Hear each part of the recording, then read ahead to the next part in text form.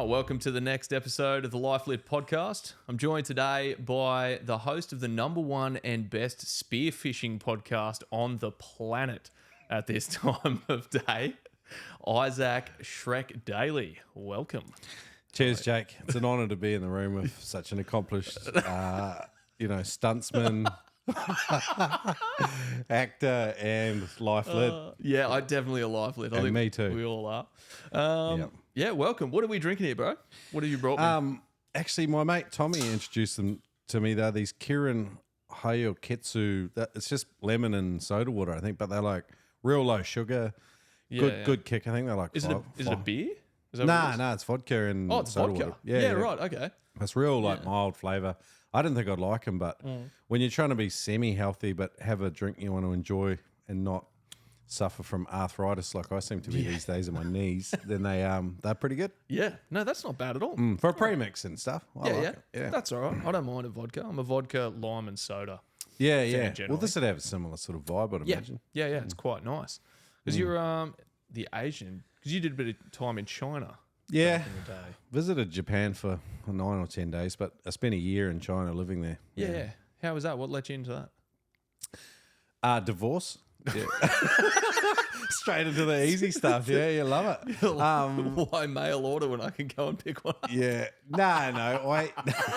That was the assumption. That was the prevalent assumption amongst my friends. They were like, oh, you got divorced and you want to go to China. It must be to meet an Asian lady. Yeah. I never had that intention or that interest, really, to be honest. Like, it's not that I don't find Asian women unattractive. I always just like Westerners, really. Yeah. That'd be my number one preference, if we're talking broadly. But like, no, I got divorced and then, that was pretty tough. But I just decided sort of as it happened, like I was going to do a whole bunch of stuff that I said I was going to do when I was young that I didn't because I got married and just, you get settled into life. Yeah. So in some ways I used it as a segue for finishing a marriage and then coming back and then restarting my life sort of thing. Yeah. So there was a whole bunch to that sort of thing because it took a long time to plan and execute. Right. Had to get a certificate for in teaching English. Had to save up. Had to clear a whole lot of debt. I was looking after my son who was like 13 months old when we first split, and I was having him every weekend. I got fired from a job sort of around the time our marriage broke down, so it was a pretty rugged time. Yeah. And then, like I said, I had read a book called The Unholy Pilgrim, which was this Aussie guy, non-practicing Catholic from Melbourne. He was 26. He wrote this book called The Unholy Pilgrim. Yeah. And he walked this 800-year-old religious pilgrimage across France and northern Spain. And you're sort of reenacting something that's been done for thousands of years. And there's no technology. There's hostels sort of set up all the way along. And he recounted his adventure. And so that was always going to be the capstone to my year and a bit away. So what I did was I did a year in China teaching English and then traveled pretty much nonstop for 5 months and finished it off with the Camino. How does the English, like, because you didn't have a teaching degree on the background. Like, you're supposed to. Yeah. There's always back doors, eh? Like, yeah. And China's one of those places, like, there's the facade, like sometimes the listed requirements.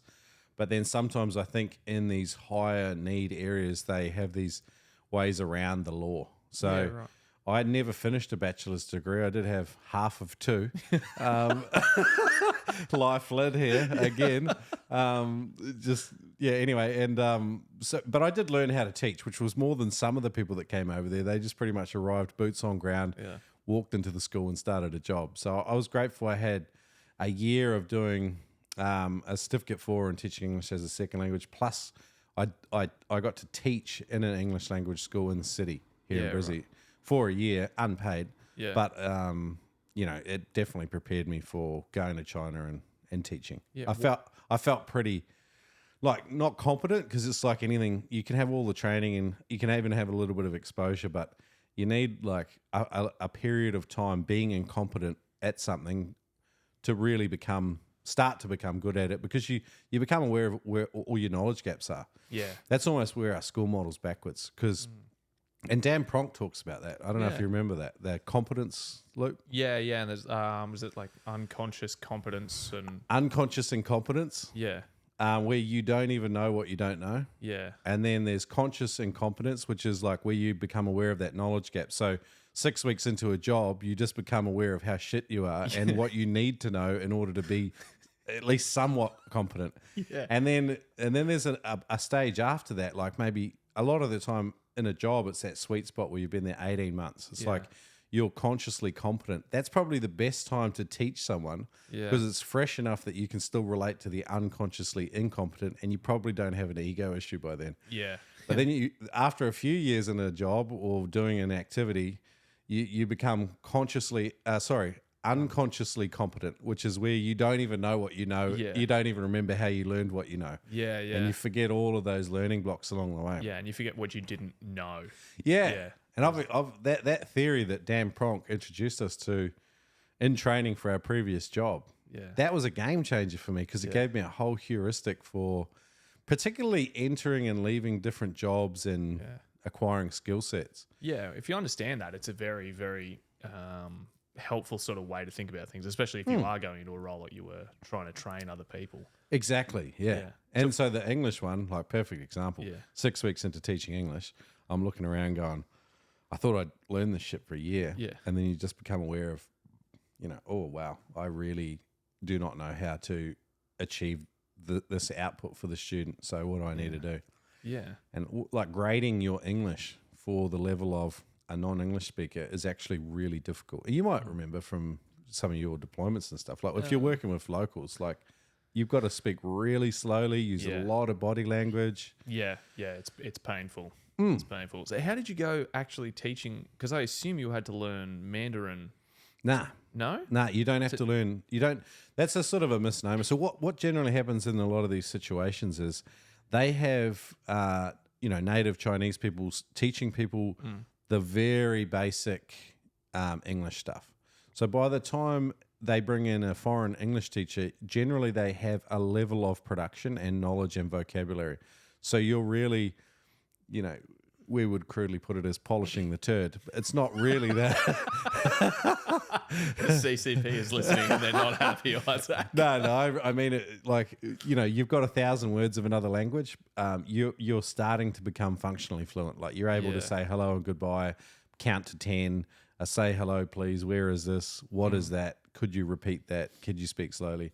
Those sorts of phrases. Yeah. So that's where often the foreign English teachers start to take over. Okay. And so they have a level of competency before we begin. Right. Why China out of all the places? Because you could have done, I assume, any non-English speaking country wants to learn English at some stage. So there was a few different reasons for it. One is I wanted to enter a culture that was dramatically different than what we're used to. I grew up in New Zealand, moved to Australia in my early 20s, and the countries are like different in some ways, but fairly similar. Yeah, New Zealand's like Australia was in the 80s, basically. Don't lie, I've been there. There's a few things to that. We can unpack that. Mate. Yeah, I hear what you're saying in some ways. I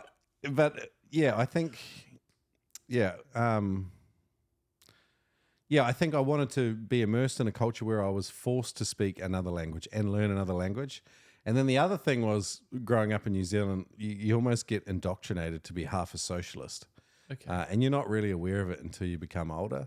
Unless you're maybe less naive than I was. I was fairly dumb growing up. I'm still fairly dumb now, but I was even dumber then. And I wasn't even aware of how we were being indoctrinated into the socialist worldview through the school system. Okay. And so the funny thing about China is they are essentially still really a communist country. Yeah. They use the market mechanism and some of the tools of capitalism, but it's not really that. And I always wanted to be immersed in a country that was enveloped in that kind of cultural dynamic. Okay. And I thought that would be really different, and it was. It was really cool. Was there a highlight or like a low point over there? Well, growing up, again, you think, communism, socialism, you think, oh, it'd be nice in some ways, like everyone shares everything and we're all the same and it's real equal. Idealistic, yeah. Yeah, Sounds great in theory, for sure. What I noticed though, like everything that was public, and this is the same in Russia as well, because I spent just about a month there. All the public stuff is treated like absolute shit. Yeah. Like graffiti, cigarette butts everywhere, people urinating. There are some exceptions in the big cities that are carefully looked after. Don't get me wrong, it's not like that. But generally, the public infrastructure and stuff is not cared for at all, which you would think is counterintuitive given that they have this ideology that permeates their culture, so they all look after each other. But it doesn't actually work like that. It actually brings out some of the worst parts of our nature. And really interesting. Yeah. But I did like elements of their culture too, though. Yeah. Like what? Well, like one example was like I was on a train traveling across Russia, and I'm sitting next to this Russian guy, and I'm actually watching a Facebook video. Malcolm Turnbull, I think at the time, was the Prime Minister, and he's giving a talk about a fairly nuanced political issue in Australia. And there's all these dickheads in the live comments like, "Go fuck yourself, you idiot moron," or what? Are we allowed to swear? Yeah, absolutely. Okay, say whatever you want. So he's getting a roasting from all these, couch armchair warriors, so to speak. And, I found that bizarre that the whole country feels like they can comment on very difficult, complex issues.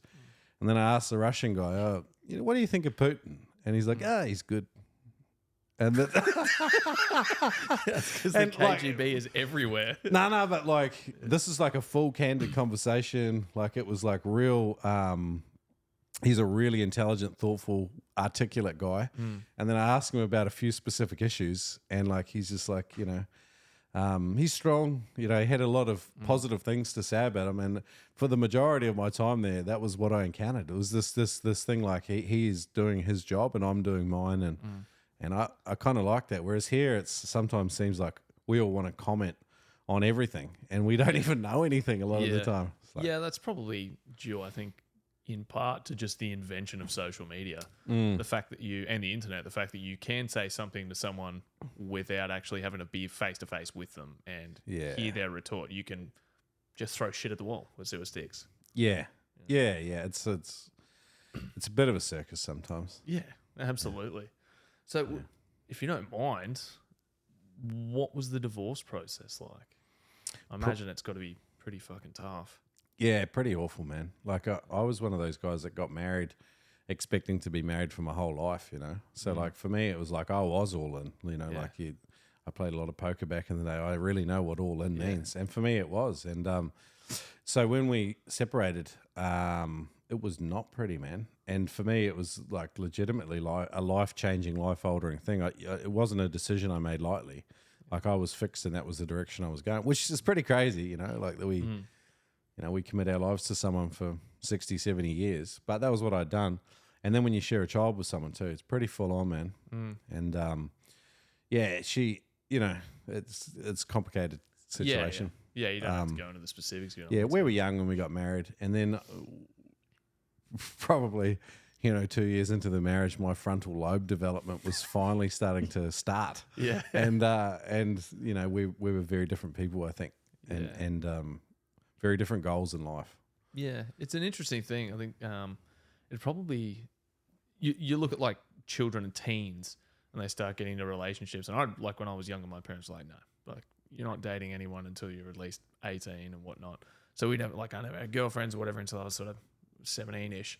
Wow. And I thought it was really weird at the time. Like I was really dumb. But now I look back and I can see the wisdom of it. And I'm like, you are not stop. Like these little school relationships, they mean nothing. They're not going to get. It's every now and then you have like the high school sweethearts that make forever. But for most people, it's a fleeting little thing as you're developing your brain. Nothing makes any sense, and you guys are just spastically getting together. It's a crash and burn sort of crash and burn, crash and burn, crash and burn. Yeah. Oh, hey, this one's going to work. Crash and burn. Yeah, And it's not necessarily making you helping make you make better decisions. Some of these things you don't really learn from. It's just you're young and dumb. So how old's your boy now? He's 11. 12 in September. So a little ways before you got to start worrying about that, really.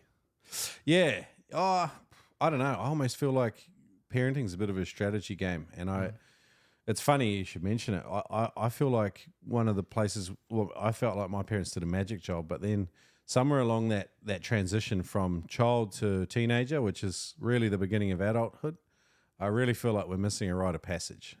And there's a validation that comes, I think, for men and women from their parents when they do a very clever rite of passage.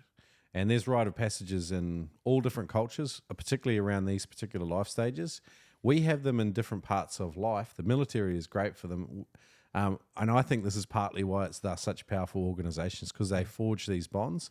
And because we don't do rites of passages for kids turning into young adults, they make their own up. And most of them are shit. Like, hey, let's go to schoolies and just try and hump as many girls as we can find. Let's get drunk and do whatever. It's like, is this really what marks the transition into adulthood? Like, just stupidity. Like, I'm not saying, hey, don't enjoy it. Don't get me wrong. You're always going to be young, but like, I almost feel like we could do a better job. Yeah. What would you kind of suggest as something of a rite of passage? Like, what do you kind of envision as something like that being?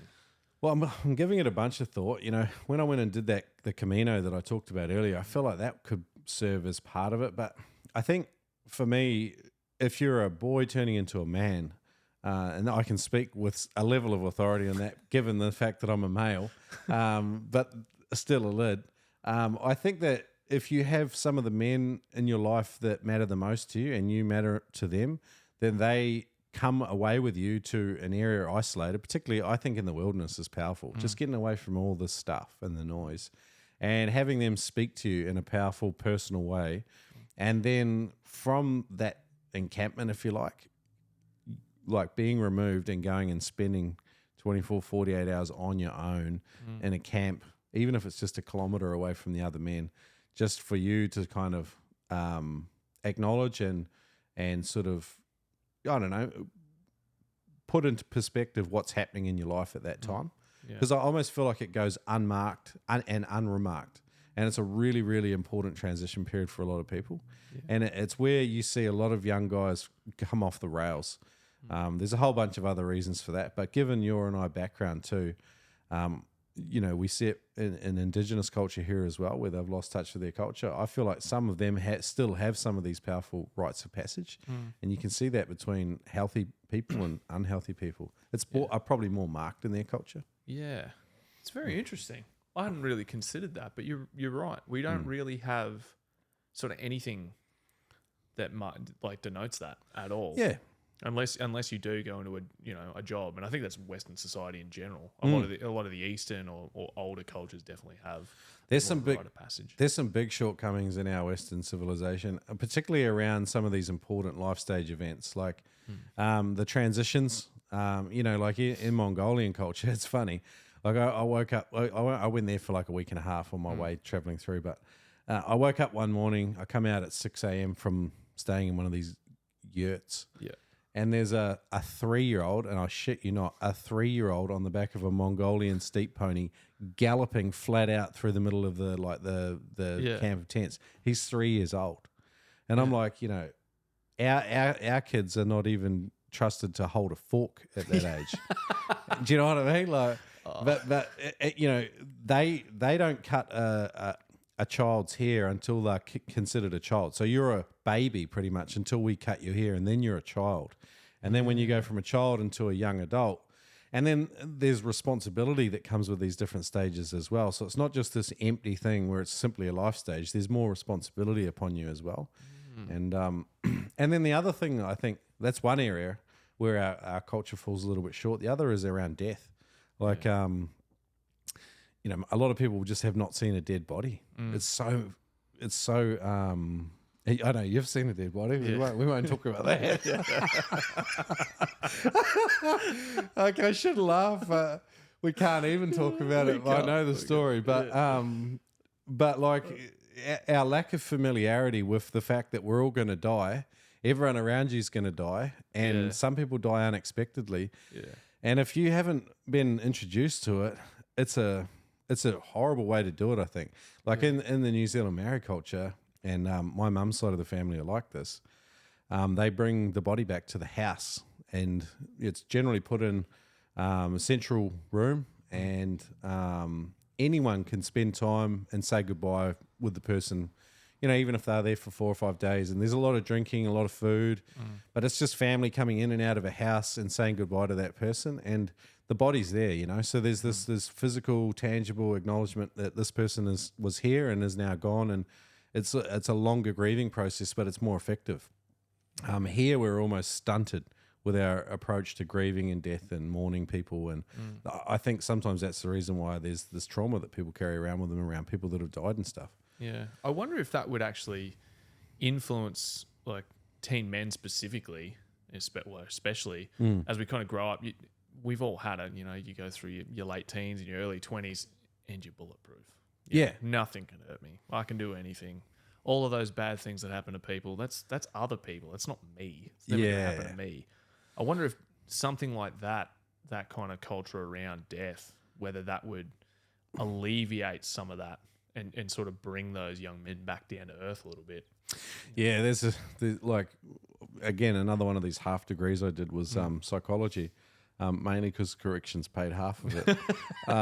But like, one thing is the anatomy of the brain, and the frontal lobe is where all our analysis of risk is done, and that development doesn't stop for a man until you're often in your mid 20s. Yeah. And so I think a lot of young guys, testosterone, emotional cocktails, not having any real stability or assurance of what a man is in our society, and then our inability to gauge risk and behave appropriately, these all lead to some of these complicated situations. But I think it's pretty cool being a bloke. I like being a dude. Yeah. I get to stand peen up. Yeah. Pee standing up, rather. It's great. Peen stand up. I've had half a can of vodka. Leave me alone. I'm a 2-drink screamer these days. It's horrendous. That's the way. That's the way. But yeah, it's something I've thought a lot about. So like with my 11-year-old, it's complicated too now. I've remarried. I've got a blended family. So 2 stepsons, one son from a previous marriage, and then we've got a 1-year-old together. That's a whole other ball game. And then learning how to navigate all that. And then, you know, the older 2, 16 and 14, you know, my wife and I, we've only been married for 2 years, talking about, you know, this rite of passage idea with her. Like, it really needs to be done by someone they perceive as their most important male figure in their life.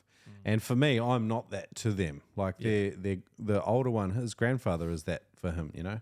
And then the younger one, maybe I'm slowly becoming that, but I'm not there yet, you know.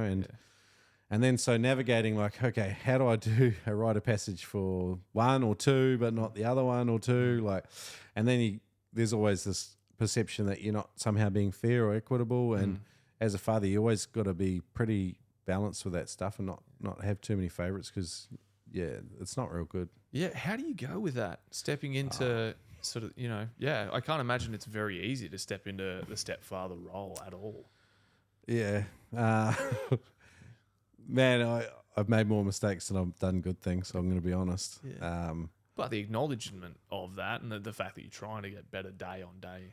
Yeah, that goes some way to alleviating it, because hopefully you're not doing the same dumb shit that you did when you started. But again, probably conscious incompetence now, you know, like if we can return to that, it's a pretty big heuristic for me. Like, yeah, they call it a blended family, you know, but the idea of a blender, right? We chuck everything in and we go bzzz and it's all done. Yeah. And then there's a podcast I listen to called Blended Family Life, and he says it's more like a slow cooker.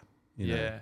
All of these ingredients go into the pot and you put on low heat, and in this analogy is supposed to be love. Yeah. Not intense, overwhelming, emotional, like, hey, we're going to do everything now, but just the slow burn effect. And then hopefully the ingredients come together into something beautiful, but you're not going to know for 8 hours. Yeah. Do you know what I mean? Like, and it's like a bit better analogy, I think, for it, because it's so weird, man. And doing it too, like you have a level of empathy for guys that didn't have a father figure at all in life and ended up as one of our customers, you know? Yeah. Because it does play a major part. Yeah, absolutely. Yeah, for sure. I think the absence of male role models in today's society is a huge issue. And good male role models. You know, if you're going to be picking a male role model, it seems to be a lot of younger fellas. They look at, you know, people like Andrew Tate or rappers or someone that's, you know, who's living a lifestyle that it's not really wholesome. It's not really something you should be aspiring to be after. But if you've got nothing else, that's what you're looking for. And even if you've got no father figure and you haven't even discovered those yet, you're looking at people a year or 2 years older than you. Yeah. Like, and we're all fucking idiots. Like, you know what I mean? Like, if you're 13 and your male role model is a 15-year-old, that ain't a good fucking role model. Yeah. Because he's 15, he knows fuck all about the world. One mistake I made as a young man looking for role models was I fucking brutalized them. So what I tend to do is hero worship. And then once you get inside their bubble, then you start to see their faults. And then you slay them like they're some fucking idiot and they were never worthy of your admiration in the first place. I think it's a really stupid and immature way to because every single person has got these huge faults. And generally, if you're really good and operating in some wicked way in one area of life, you're an absolute muppet in a whole bunch of others. Yeah. And it's just the front that we put up, you know, like, and so as a young man, I sort of assumed that people were just way better than me in all areas because they were really good in one area. It's an immature way. And so I ruined a lot of probably relationships with older, like my dad, probably as a teenager, because of I didn't really have a culture of respect or honor. I just sort of started looking at all his faults. I know it's a natural part of being a teenager, but I did it to others as well, even when I entered the workforce. Yeah. Yeah, and I hate that you tear me down like that. Mate, we had some good days working together. We did. We had some. They were some of my fondest days in the job. Yeah, not many other than that, but it's good times. Mate, that job's 100% about who you're working with. Like, absolutely. Yeah. And like, if you iron sharpens iron, you know, the proverb says in the Bible, iron sharpens iron, so one man sharpens another. I feel like if you can talk to people that aren't the same as you, there's so many things to learn off each other. Yeah. I think that's also something that we're missing in today's society. We're getting very emotional, and there's a lot of screaming and shouting, and not a lot of let's just put the emotion aside for a second and let's just have a conversation about it. You know, I think we could probably solve a lot of the problems facing us all if we could just sit down, just relax. I'm not attacking you. I'm just bringing up an opposing point of view. It's not personal. I'm not trying to make you feel shit. I'm not trying to tear you down. I have a different view on this than you might. Yeah. We had a few good chats like that with individuals at certain times in that job. And some of them were actually really productive. Yes. And some of them still went sideways. Oh, absolutely. Anyway, I feel like now is a good time to mention the story about one of our comrades. We had this other guy that worked with us, hardcore military guy, New Zealand Navy. Yeah. Yes. Actually, and he worked in the same unit as us, and his name is married fella, really nice guy, by the way. He is a very nice dude. I actually really like him. Yeah. But funny to make fun of for whatever reason. He's just one of those guys. Everyone, you know exactly what we're talking about. Everyone has those people in their friends group that just... I have to tell everyone his name so they understand the joke. Yeah. His name was Jimmy. And anyway, in New Zealand, if you're married and your name is Jimmy, you have the unfortunate honour of having a really easy rhyme. Because in Maori, Mimi means piss. So Jimmy Mimi becomes your default name if kids want to tease you. Anyway, I made the mistake of telling Jake about this unfortunate nickname. And I think Jimmy could take Jimmy Mimi from me because at least I'm a Kiwi. But from Jake, who's an Australian, reminding him of his brutal childhood in another job, I think it was a little too much. Oh, fuck. It was entertaining, though. And then one day we're sitting in the office and we're sitting in the fishbowl. Yeah. And Jimmy's in an office chair. Reclining in front of our fire panel. And I didn't know it at the time, but Jake had set this up because the brand on this fire panel was MIMIC. Is that right? Yeah, Mimic. And Jimmy and Jake had covered up the sea. So It was the Mimi panel. it was the Mimi panel, and you And he pointed that out to Jimmy, and he just started shaking his head in disappointment. Who hated it? It's so good. He could not take a good joke, that guy. Oh, he's gotten better. He's good with the jokes. He's gotten better. Yeah, cool. Oh, fuck. I miss him. He's a funny dude. Yeah. To be fair, he is a genuinely very intelligent, very nice guy. Yeah. But fuck. But you took that joke to all levels. It's so good. If there's one thing, you might not have seen it on this podcast, that I am good at. It's talking shit and just stirring people up for a laugh. It's my main skill in life. Unfortunately, it doesn't pay. So here I am. Well, dark humor in that job and in a dark place. Humor in general is just such an alleviating device. Oh, and in our PC culture, everyone thinks like we're going to sit around in a circle doing kumbaya with a guitar and some jail psych is going to all just walk us back down out of any trauma we've experienced in the past 12 months. And the reality is we just rib and banter the hell out of each other all day. Yep. And laughter is honestly the best medicine. Yeah. But if you put a tape recorder on half the conversations that we have, people would think all kinds of crazy of it. Oh, yeah. Yeah. And it's very much like a context-driven culture. And like so much of it is just, it's so fun when you're involved in it though. There's a lot of, I think, just in general, there's a lot of those people, they have a lot of great ideas and warm and fuzzy ideas, which I think we can all, if you look at them just on their merits, great idea, fantastic in theory. But until you actually meet it with the ground and put it in a context, then you see how it's not going to work, doesn't apply. It just doesn't work the way that you wish it did. It's the same as looking at communism. Communism sounds great. Let's all share everything. Everyone's equal.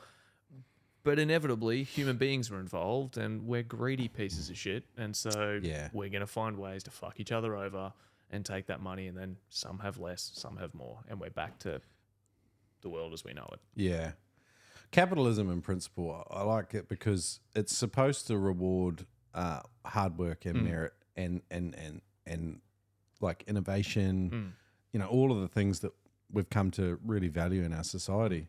Unfortunately, it doesn't always work like that. Yeah. We've got these mechanisms in there now that seem to just reward people that hoard vast amounts of capital and are not even involved in benevolent or somewhat altruistic sort of endeavors. You know, they, you know, I don't want to get conspiratorial here, but like there's a lot of stuff going on that you're like, why are you using your money in that way to leverage all of society in that direction? Like it's not doing us any good.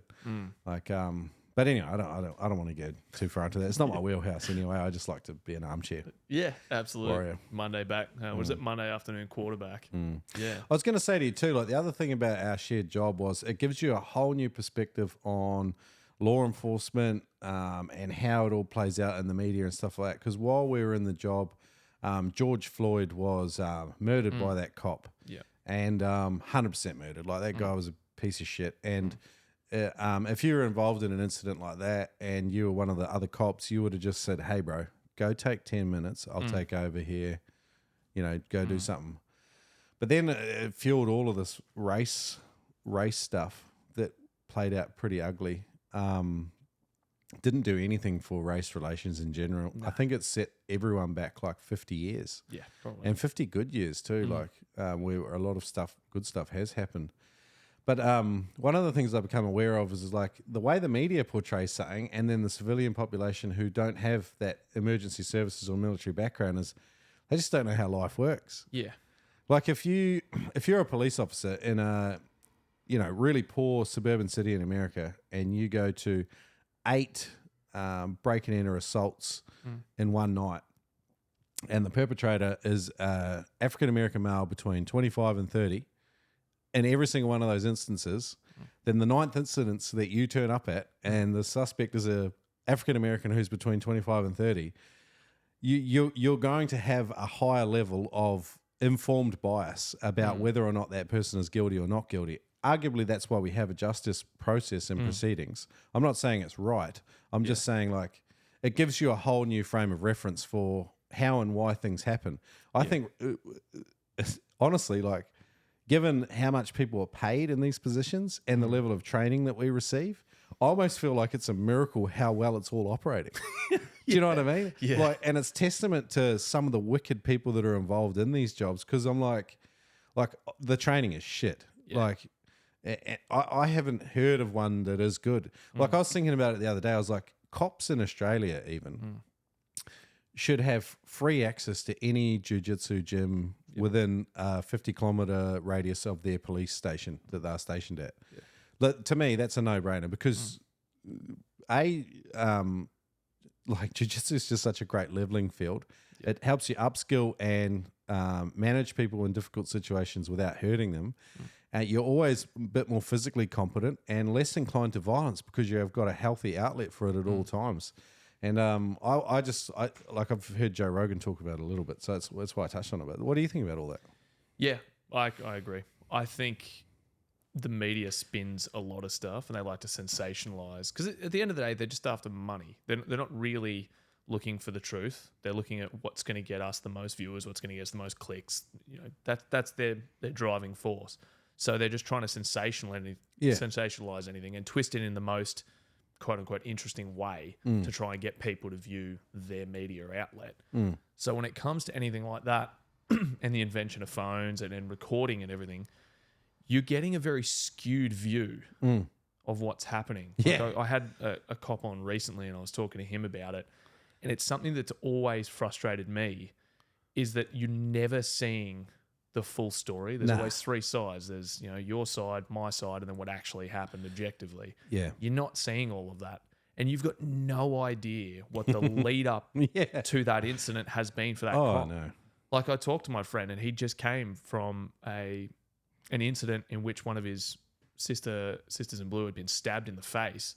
He dealt with that. He still had the blood under his fingernails. And now he's back at the station and someone's reporting a traffic incident, which wasn't a big deal. But then they're getting upset at him because she had to wait for, you know, half an hour to report it because he's out the back doing some paperwork for this stabbing that's just happened. And he's still got to come there and then try and compose himself. But you can bet your ass, and he, you know, by all reports, did a great job. It's fine.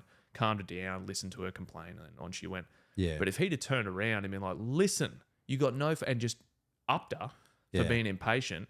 that would have been all over the news, you know, cops insensitive, blah, blah, blah, blah. But you're not taking into account the rest of their day and what they've done. They have an incredibly difficult job. And there's no onus put on us as citizens to be respectful, to, you know, to comply with simple directions. They're asking for your ID.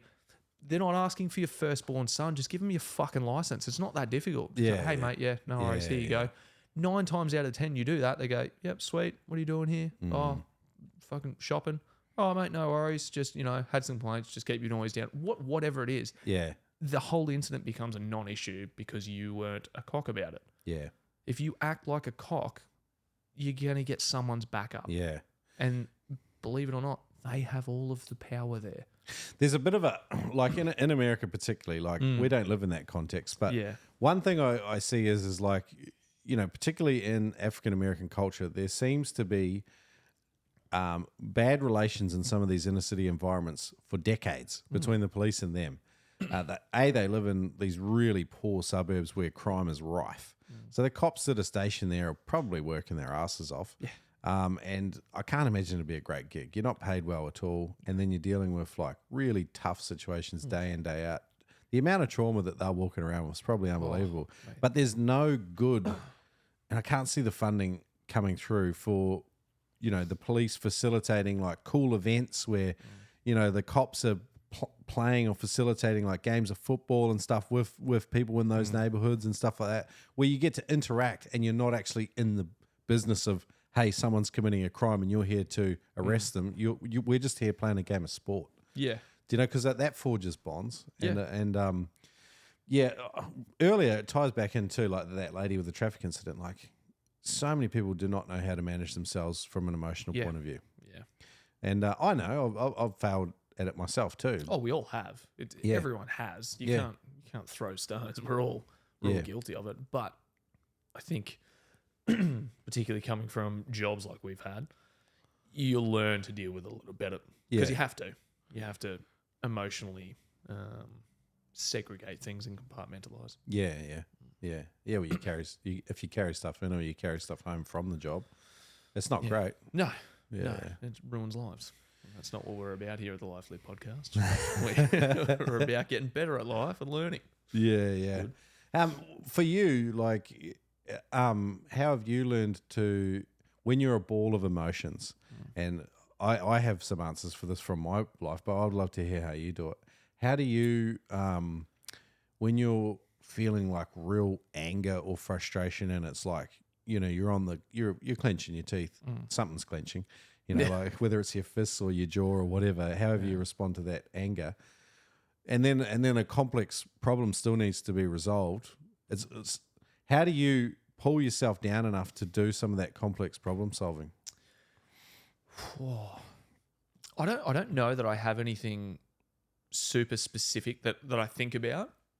I think a lot of my friends and me, our trouble is actually accessing the emotions, because when a situation comes up, it's an automatic sort of byproduct of the training that you go through that you disregard all emotion and try and look at it objective. Now, you can't always do that, obviously, but I definitely try to sort of pull everything back and look at just what's around me, what's happening, and what I need to do to then get out of this situation, in whatever that means. It doesn't, whether it means we've got to fight to get out of it, or whether we can withdraw, or maybe it's just an argument. Maybe it's go, look, I can't talk about this right now, and just immediately shutting it down and going, look, I'm going to lose it. Yeah, I need to walk away and come back to this at a later point.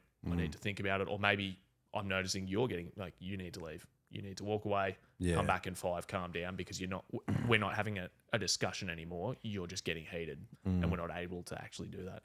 I find generally I'm very good at, for the most part, pushing emotion aside to do that. Whether that's healthy or not, leaves a lot. We'll see how the decades play out. Yeah, but I don't think I have anything.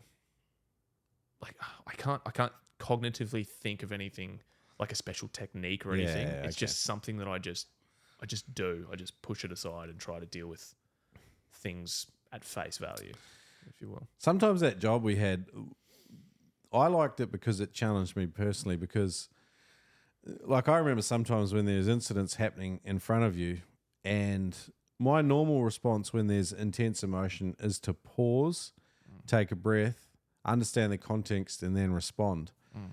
But there were people, and one of the guys I'm thinking of is our friend, and he shares a military background with you.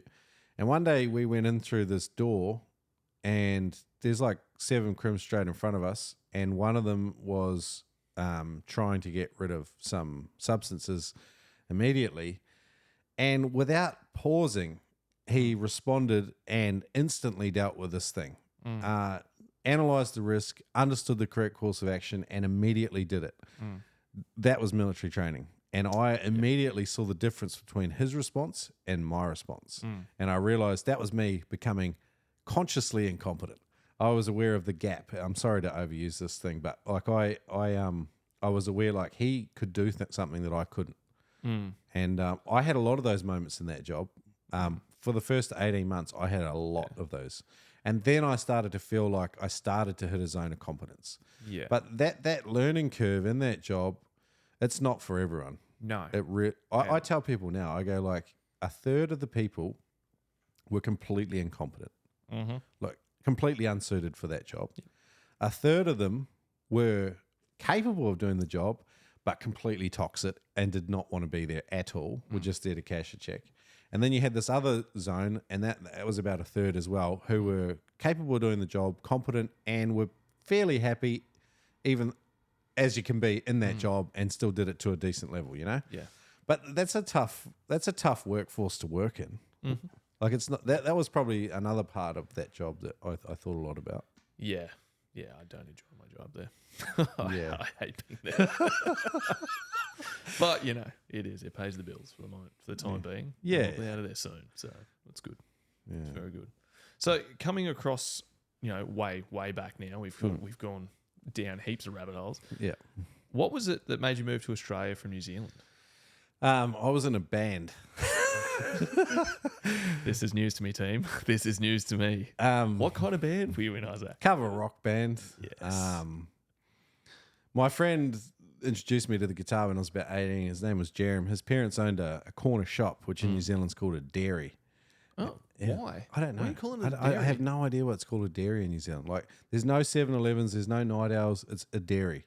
And if it's a corner shop that sells bread and milk and pies and all the normal stuff, it's a dairy. I don't know. Maybe it's because it used to just sell milk. You'd be like, go to the dairy and grab milk and bread. Yeah, maybe they were part because dairies always used to be co-ops, you know. But anyway, I have zero idea. Anyway, his parents were like, his mum was Maori and his dad was Indian. Really cool people to be around. Very funny. He was a really funny guy. He played the guitar. He got me into the guitar. I started learning Metallica Black Album straight away. Unforgiven and Enter Sandman, you know, like, and absolutely loved the guitar. I was a cabbage at it though, like absolute sausage fingers, terrible. I had to work harder than anything in my whole life in order to be able to play like the opening notes. Yeah. And so it was not something I was naturally suited to, although I did have natural rhythm and I am pretty creative, but the actual mechanics of playing a guitar took me a long time. I got to a level of competence and we started playing in a band. I met this other mate, Seaweed. He played the drums. Seaweed? Seaweed. His name's Richard. Loves the bodyboarding back in the day. So, so Jerem and Seaweed, and we were three of these guys in a band. And his parents had this old butcher shop next door, which was just full of shop stock. And anyway, we jammed in there. And we eventually met more friends. We had a singer and another guy that came and played, a bass player. And so we turned into a proper band. And originally we were called the Black Book Pimps. The singer had a real funny sense of humor. We had no name and we were going out to do our first open mic night. And I pulled out this old book because in those days, like, it was Nokia 3310 days. Yeah. I pulled out this old black notebook to look through for some numbers of friends in the area so that they could come out and support us. And I found this girl's number and I was just about to call her. And then the singer says to me, "Oh, what's that, bro? You friggin' pimp." And then we didn't have a name. So he called us the Black Book Pimps based on that. That's awesome. Anyway, we went out and we jammed for about a year together and started playing some venues and stuff. I think we started having a decent crack at it. Yeah. Anyway, the drummer and the lead guitarist and I were like, let's move to Australia and just travel the world, you know? Yeah, and right. We'll start in Brizzy. Why Australia? Of all places? Just because it was close? I think for like working class Kiwis, particularly my generation, Australia has always been better paid, probably since like the 90s, because New Zealand enacted this legislation which pretty much halved wages for working class people in New Zealand overnight. Work choices from the John Howard government was very similar legislation of what went through New Zealand. It doesn't actually, anyway, a whole different thing. But anyway, so there was a jumping off point. We can earn better wages with relatively no skills or qualifications and save up. And it's relatively cheap to live here and pretty cool climate and a different place and sort of get used to the idea of not being near our families and working and then just having a crack. Yeah. And but by the time we left, Jerem had impregnated his girlfriend, and so he stayed home and started a tribe. And but the drummer Seaweed and I moved over and started our own empire. Nice, nice. We soon convinced our housemates or one of them to be the singer, and then we started renting these rooms down in Cooperoo. It's called Station 13. We'd rent these like dodgy little soundproof rooms, had a PA system and mics, and started another band. Nice. We advertised in Rave magazine for a bass player, and this guy Doug showed up. I had another married mate, Case, who played lead for us, and I played rhythm. And we named that band The Butcher Shop. That's This is where we started playing. And, That's good. That's a way better name. Why didn't you start with The Butcher I loved Shop? Butcher Shop. It was, and we laughed too because we were like, yeah, we used to play in a butcher shop, but now we just butcher songs that are good. Nice. And it was the ongoing joke. And that went for a while. It was pretty fun. Yeah, good. Yeah. And so that launched the whole thing. Neither of us traveled the world, actually. I ended up doing it in my 30s, some decade and a bit later. But Seaweed also had a bunch of kids, married an Australian girl, and he's actually just moved back. in the last 2 or 3 years. Yeah, nice. Still friends. Yeah. Yeah. You still playing guitar? On and off. The problem is, like, man, the older you get, the more children you have, the less hobbies you're allowed. Yeah, So the guitar has died a slow death, but I love picking up a guitar and just having a go. Yeah. And sometimes I don't even sound that bad. Yeah, nice. Yeah. Got to have some confidence in it. Yeah. I used to like be a fair rhythm guitarist, and I like to play. Yeah. But it's just, you just end up, if you can have 10 hobbies and be equally shit at all of them, or you can have 2 and be not too bad, at them. And, like you get to a level of competence or something, or a level of skill, and it's hard to go backwards on something. And I've experienced that in a lot of different things now, gone backwards, whether it's fitness or like with finger dexterity and strength, and the calluses on the end of your fingers is pretty hard with a steel string guitar. Yeah, I've got a guitar at home. Yeah. I can play maybe one song. Nice. It's like, I'm going to teach myself. I don't know. I've had this since my 21st. I can play one song. That's it. Jason Mraz, I'm yours. That's all I got. Oh, that's a good song, man. It's so easy, and that's why I can play it. Yeah, it's like a 4-quarter, isn't it? Yeah, it's always something I wanna do. Yep. But I just never do. It's funny. Like a lot of things like guitar have got easier. There's so much stuff on YouTube and apps you can have now. Like you can learn guitar, but there's still like you've still got to do the hard knocks. You've still got to learn it all. And YouTube is incredible. It's come so far. Like it is. You can learn anything on YouTube. I would argue that you potentially don't even need to go to school anymore. You could just use YouTube and learn most of the skills you would need. Well, I don't think we should teach what we teach a lot of the time. We should just teach them how to access information and learn and acquire new skills. I did actually laugh. I saw, I don't know whether it was a TikTok or a video someone sent me. There was a guy in America who realized that universities don't take roll except for the exams. So he just went to Harvard for 4 years. He just didn't do any of the exams. So he sat in all of the lectures, learned everything, studied, and he's got he's worth millions. He's making a lot of money. He went to Harvard Business School, and he For free. Yeah, just didn't do any of the exams. He's like, I got a Harvard education for 4 years. I lived off campus. Like I just cruised in. The rest of it, I just now I just apply that, and I've made millions of dollars. Killing it. Nice. It's ridiculous. There still is a lot of really useful stuff they teach in universities. It's kind of a shame that they have become these kind of ideological houses of just terrible stuff. And most males have become incredibly disenfranchised with the idea of going for any reason. Yeah. Even if you're doing like the STEMs, the science, technology, engineering, math, a lot of them,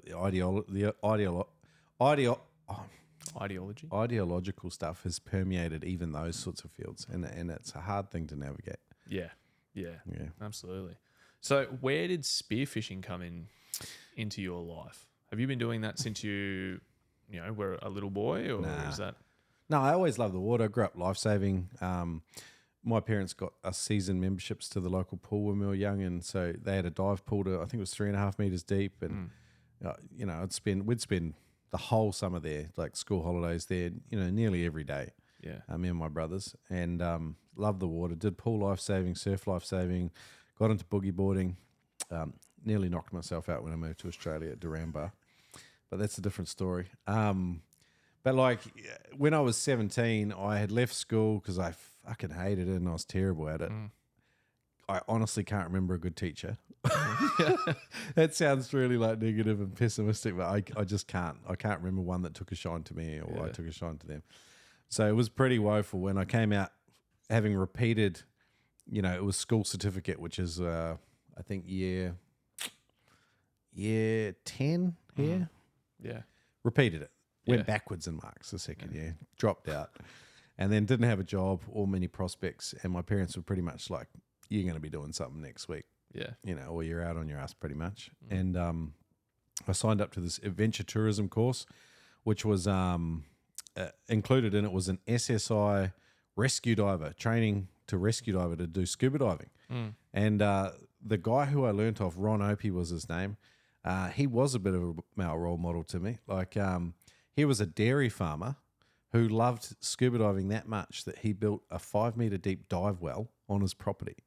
What? He was a proper frother. Like he absolutely loved scuba diving and catching lobsters, and he was contagious with his passion for it, and it infected me. I already love the water, and then he gave me this love and the skill set and this confidence to go scuba diving.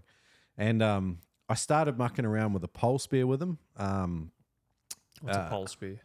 It's a primitive spear gun. It's a Hawaiian sling. So like it's a long shaft with we call it a pranger on the end. It's about 6 barbed points, and then the elastic or the rubber band is on the back of the spear, and you sort of run your hand up and hold the tension on the rubber to the spear. So when you release your hand, it lets the spear go. Oh, yes. Yep. Yeah. So way more primitive than a modern spear gun, but really actually quite useful to learn to hunt with because it's more difficult. Like you have limited range.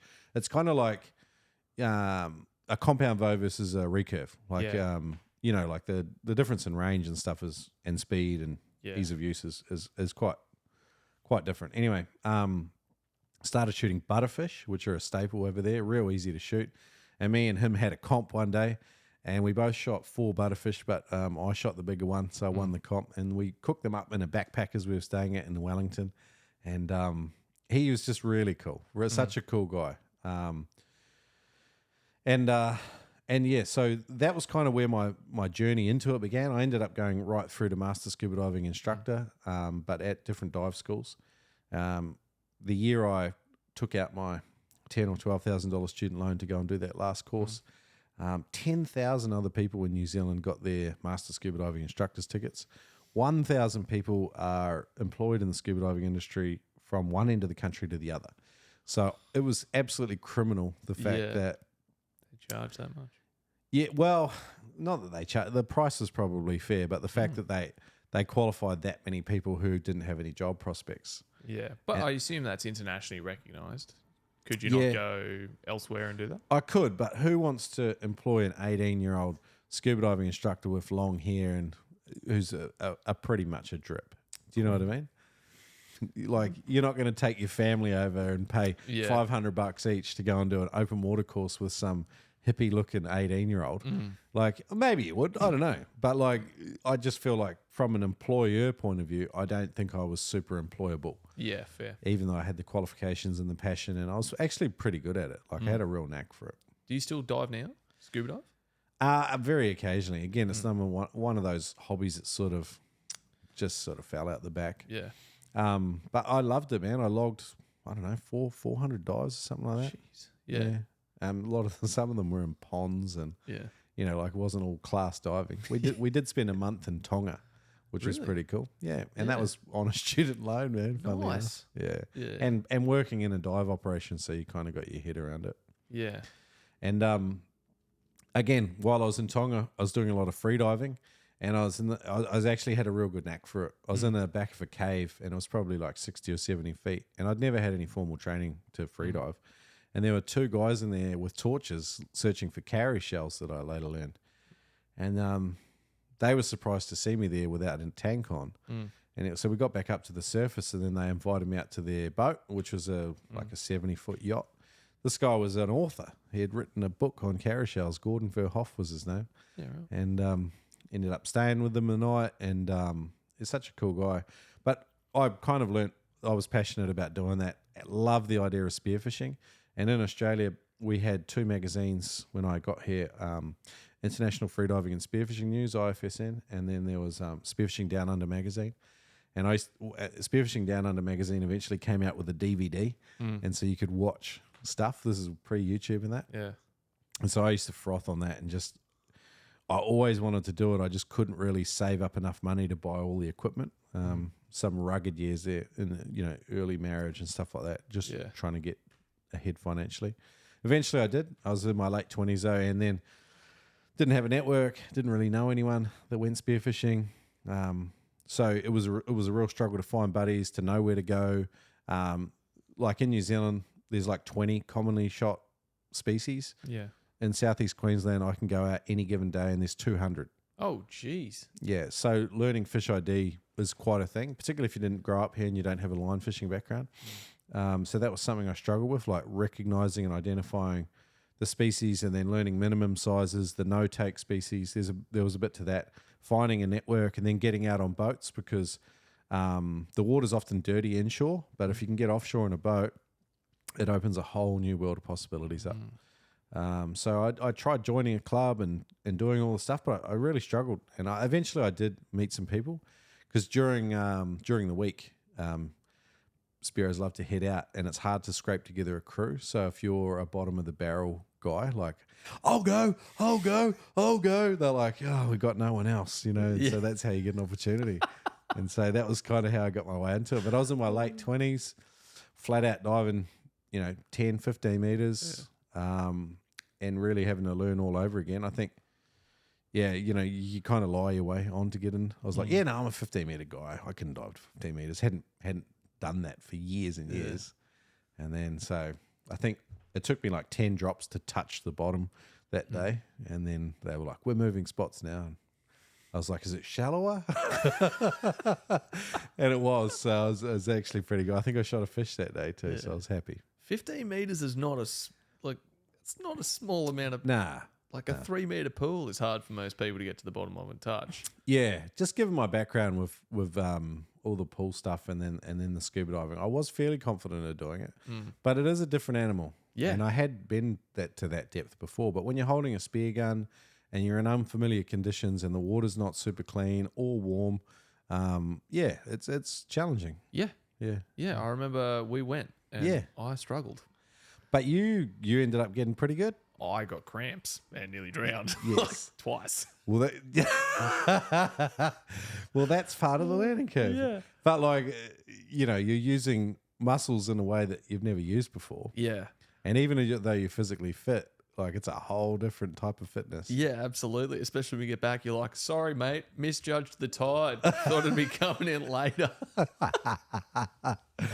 Oh, I was dying. I'd always laughed and like seen people cramping. I'm like, how'd you cramp? Like it's just swimming. Just swim in. That's horrendous. Don't ever cramp. It sucks. Yeah. My calves, I was like, I couldn't kick. I had to basically just doggy paddle my way to the shore. I've still got all that footage. So a bit of backstory. Like Jake, I invited Jake out and this girl, and they were going to be my my student avatars. I'd teach them to spearfish over a few days over on Stratty. And I had my other mate filming, and that way we could kind of capture it all and then use all that footage to put together a video course. I've still got all that footage. What are you going to do with it? Man, it's just like a project that's just sitting there. Yeah. One thing I realized when I went out to teach you was like, I don't know how to teach this.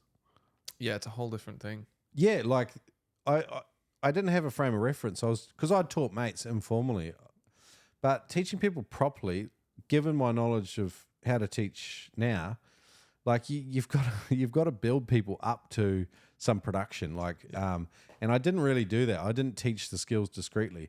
Now I'm actually capable of teaching that course. Yeah, right. But back then I was probably more ambition and less substance. And I kind of realized that through the course of that. So the footage is still there. It's still all good and usable, but hasn't become a reality. Did you enjoy that? Oh, I had a ball. It was awesome. Yeah, I really enjoyed it. And I was actually very surprised. I knew my lung capacity wasn't great. I don't do a lot of cardio.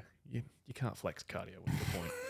So I don't do a lot. So I was expecting to not really be able to hold my breath for very long and not be able to get very far down. I remember the first couple of dives, I maybe got to 2.5, 3 meters, and I was like, nope, we're going for air.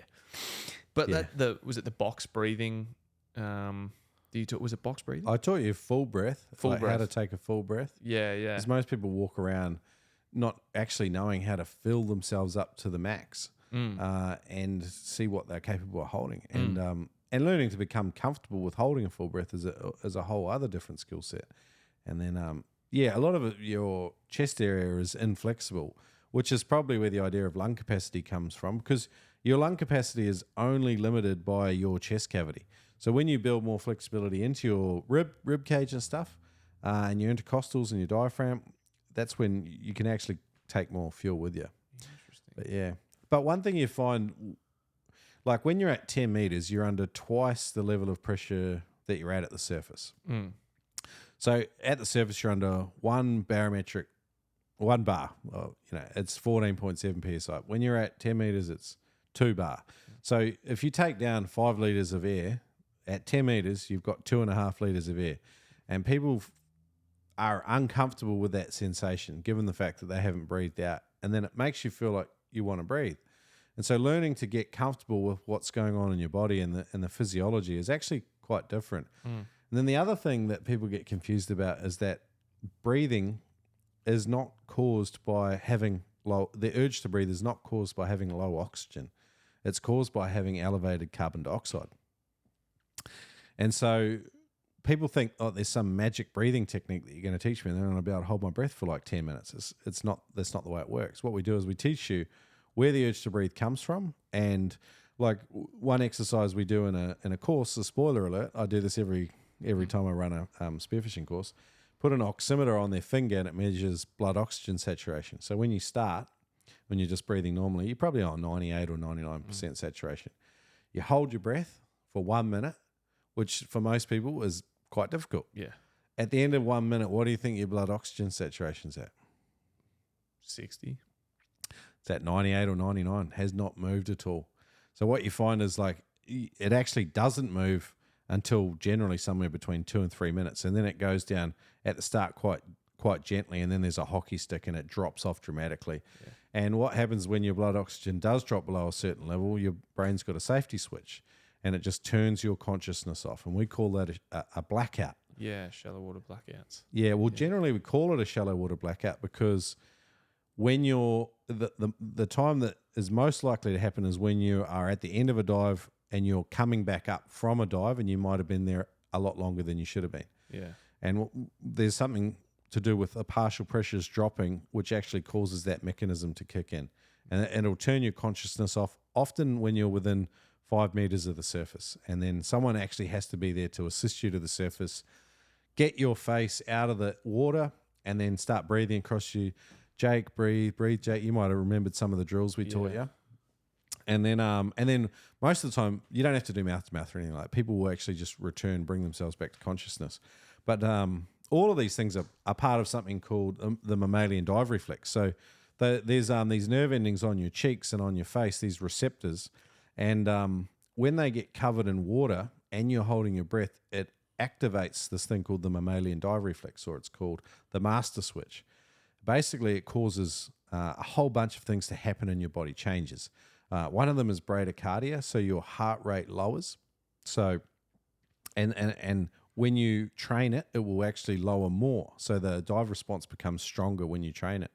Another thing that will happen is blood shift. So blood, as you dive down deeper, will start to come out of your extremities and pool around your organs. And it's a protective function. So back in the day, doctors used to say, oh, the human body's not capable of going below 30 meters because that's where your residual volume is. Pretty much your lungs are compressed to a point that if they go any further, that'll be the end of you. But what actually happens is blood comes in and fills all the capillaries in your lungs and protects you. And you can, human beings have gone down, I think the constant weight limit now, just with a monofin, is like 140 something meters or something. It's crazy. That's a long way down. Yeah. Fuck that. Yeah, it's cool to watch one of those. If you want to see something real interesting, type in like world record CW dive. Yeah. And then you'll see some freedivers in these, like there's these Dean's Blue Hole in the Bahamas and these Dahab off Egypt, and they do these amazing fucking dives, and it's just crazy. But that's seeing the mammalian dive reflex in all its glory, because these people have taken that natural response that we all have when they're not superhumans, but what they've done is they've just trained it and trained it and trained it, and then their bodies have become further and further acclimatized to what they're trying to do, and that's why they're able to achieve these kind of things. It's a little bit climbing Everest for a lot of us. We look at it and we go, yeah, I can see the appeal. I don't want to dedicate 6 months. Like, if you want to dive to 100 meters on a single breath of air, you're going to dedicate several years of your life if you want to do it smart and be healthy and not injure yourself. Yeah, and live. Yeah. And I think climbing Everest is probably the same. You need to become acclimatized to altitude and the fitness and all the other stuff that goes into it, and and the financial outlay and the guides and all the rest of it. So, cool things that people do, but definitely not for everyone. But it's aspirational, And even when I'm teaching spearfishing courses, I show people what these guys do. And then the biggest thing I try to do in a course, and I hope you got a sense of this, because it was early for me. But it's just to give people a sense of confidence that they are capable of doing this thing and we can all do it. Yeah. And it's actually fun. Yeah, it was a lot of fun. Yeah. It was actually, I found it really rewarding by the end of like day 2. Coming from day 1 where I could get to maybe 2.5, 3 meters and I was screaming for air and coming straight back up. To get to a point by sort of the end of the second or third, I can't remember, 2-3 days? Say 2 days, I can't remember. End of the second day, to be able to get down to sort of that maybe anywhere between 6 and 10 meters and stay down there for, I don't think it was minutes, but maybe 30, 45 seconds. Yeah, yeah. And actually hunt fish and then, calmly make my way back up. It was actually really cool. Yeah. I very much enjoyed the experience. There's a big game when you go hunting because, the freediving side of it ties into the hunting side of it, which is a whole other ball game. And it's hard because in freediving, we're like, yeah, it's all about relaxation. And we teach you to relax and hold your breath and dive down. And then hunting is all about like, wow, like the fish of a lifetime swims out and you're so excited. And then you're like, no, I've got to be relaxed. And there's this juxtaposition, and it's part of the appeal, I think. Yeah, and trying not to blunt 10,000 spears, shooting them. Oh yeah, I was gonna tell that story.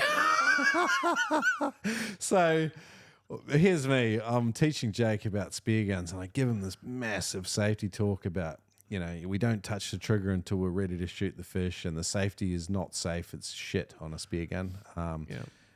And we only load spear guns in the water, and I showed him all the stuff and how they operate it and load it, and I thought I did a really good job. I was like, giving myself a pat on the back. I was like, Jake's going to be good. I've given him the oil here.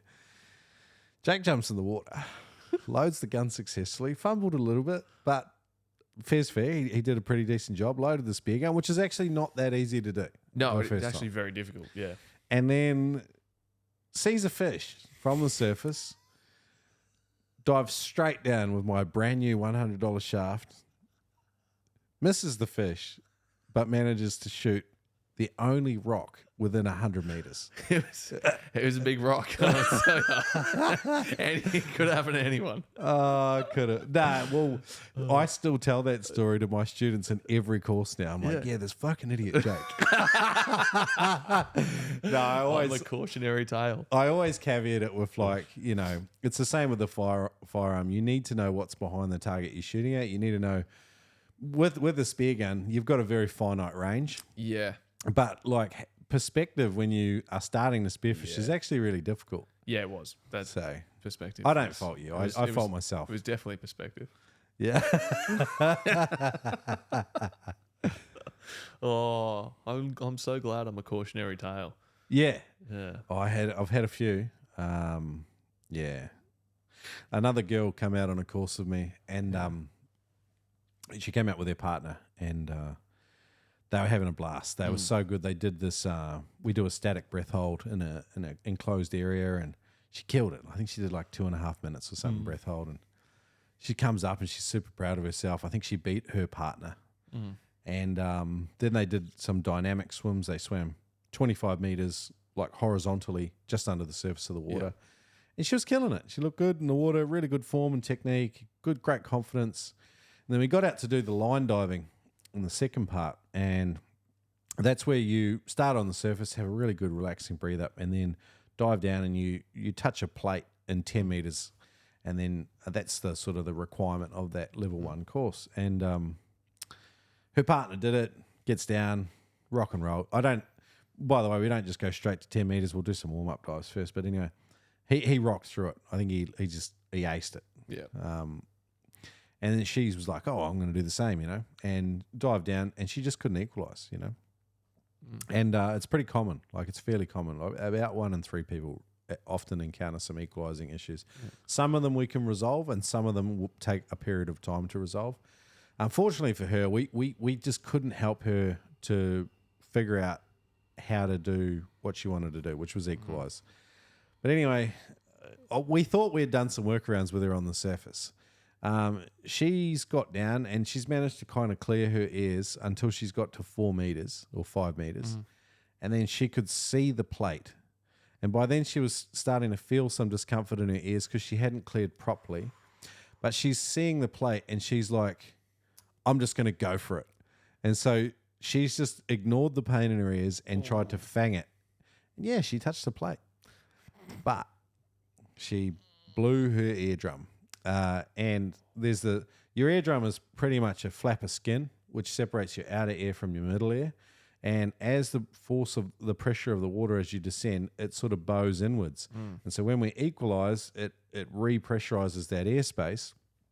And if you can't do that and it doesn't repressurize, that skin can only stretch so far before you blow a hole in the middle of it. And we call that a burst eardrum. It's a tear in your tympanic membrane. And then basically, if it's just a straight tear and it's not too bad, it's a 6 weeks out of the water to heal sort of thing. And often there's no permanent damage, but you can permanently damage stuff. So it's definitely ill-advised. I did not tell her that. I did cautionarily tell her, look, hey, if you feel any discomfort, stop. We can do this again. It's only a course. It's not worth, Yeah. But that happened, and then she became a cautionary tale. Yeah. And but she sent me a message a little while ago. Her and her partner were headed overseas and diving, and she was still loving it. I think still having some EQ stuff, but I do have some ongoing resources that people can tap into, because some people have these sort of prolonged things where they actually have to do something over a long period of time to retrain their body to do what it is in order to equalize. You didn't have any problems with ears? No, I was good. And I do have struggles. Going on planes and stuff, I have to equalise and get a bit of a discomfort. But for the most part, no, I was fine from memory. It was all good. It was, geez, that'd be painful. Yeah. But like, again, you have cautionary tales. They're great for teaching. Yeah. Because you really get to emphasise a point and it's first-hand experience, Yeah. My mate Mitch, he was a cautionary tale. Okay. He's no longer with us, unfortunately. Oh, rugged. Yeah.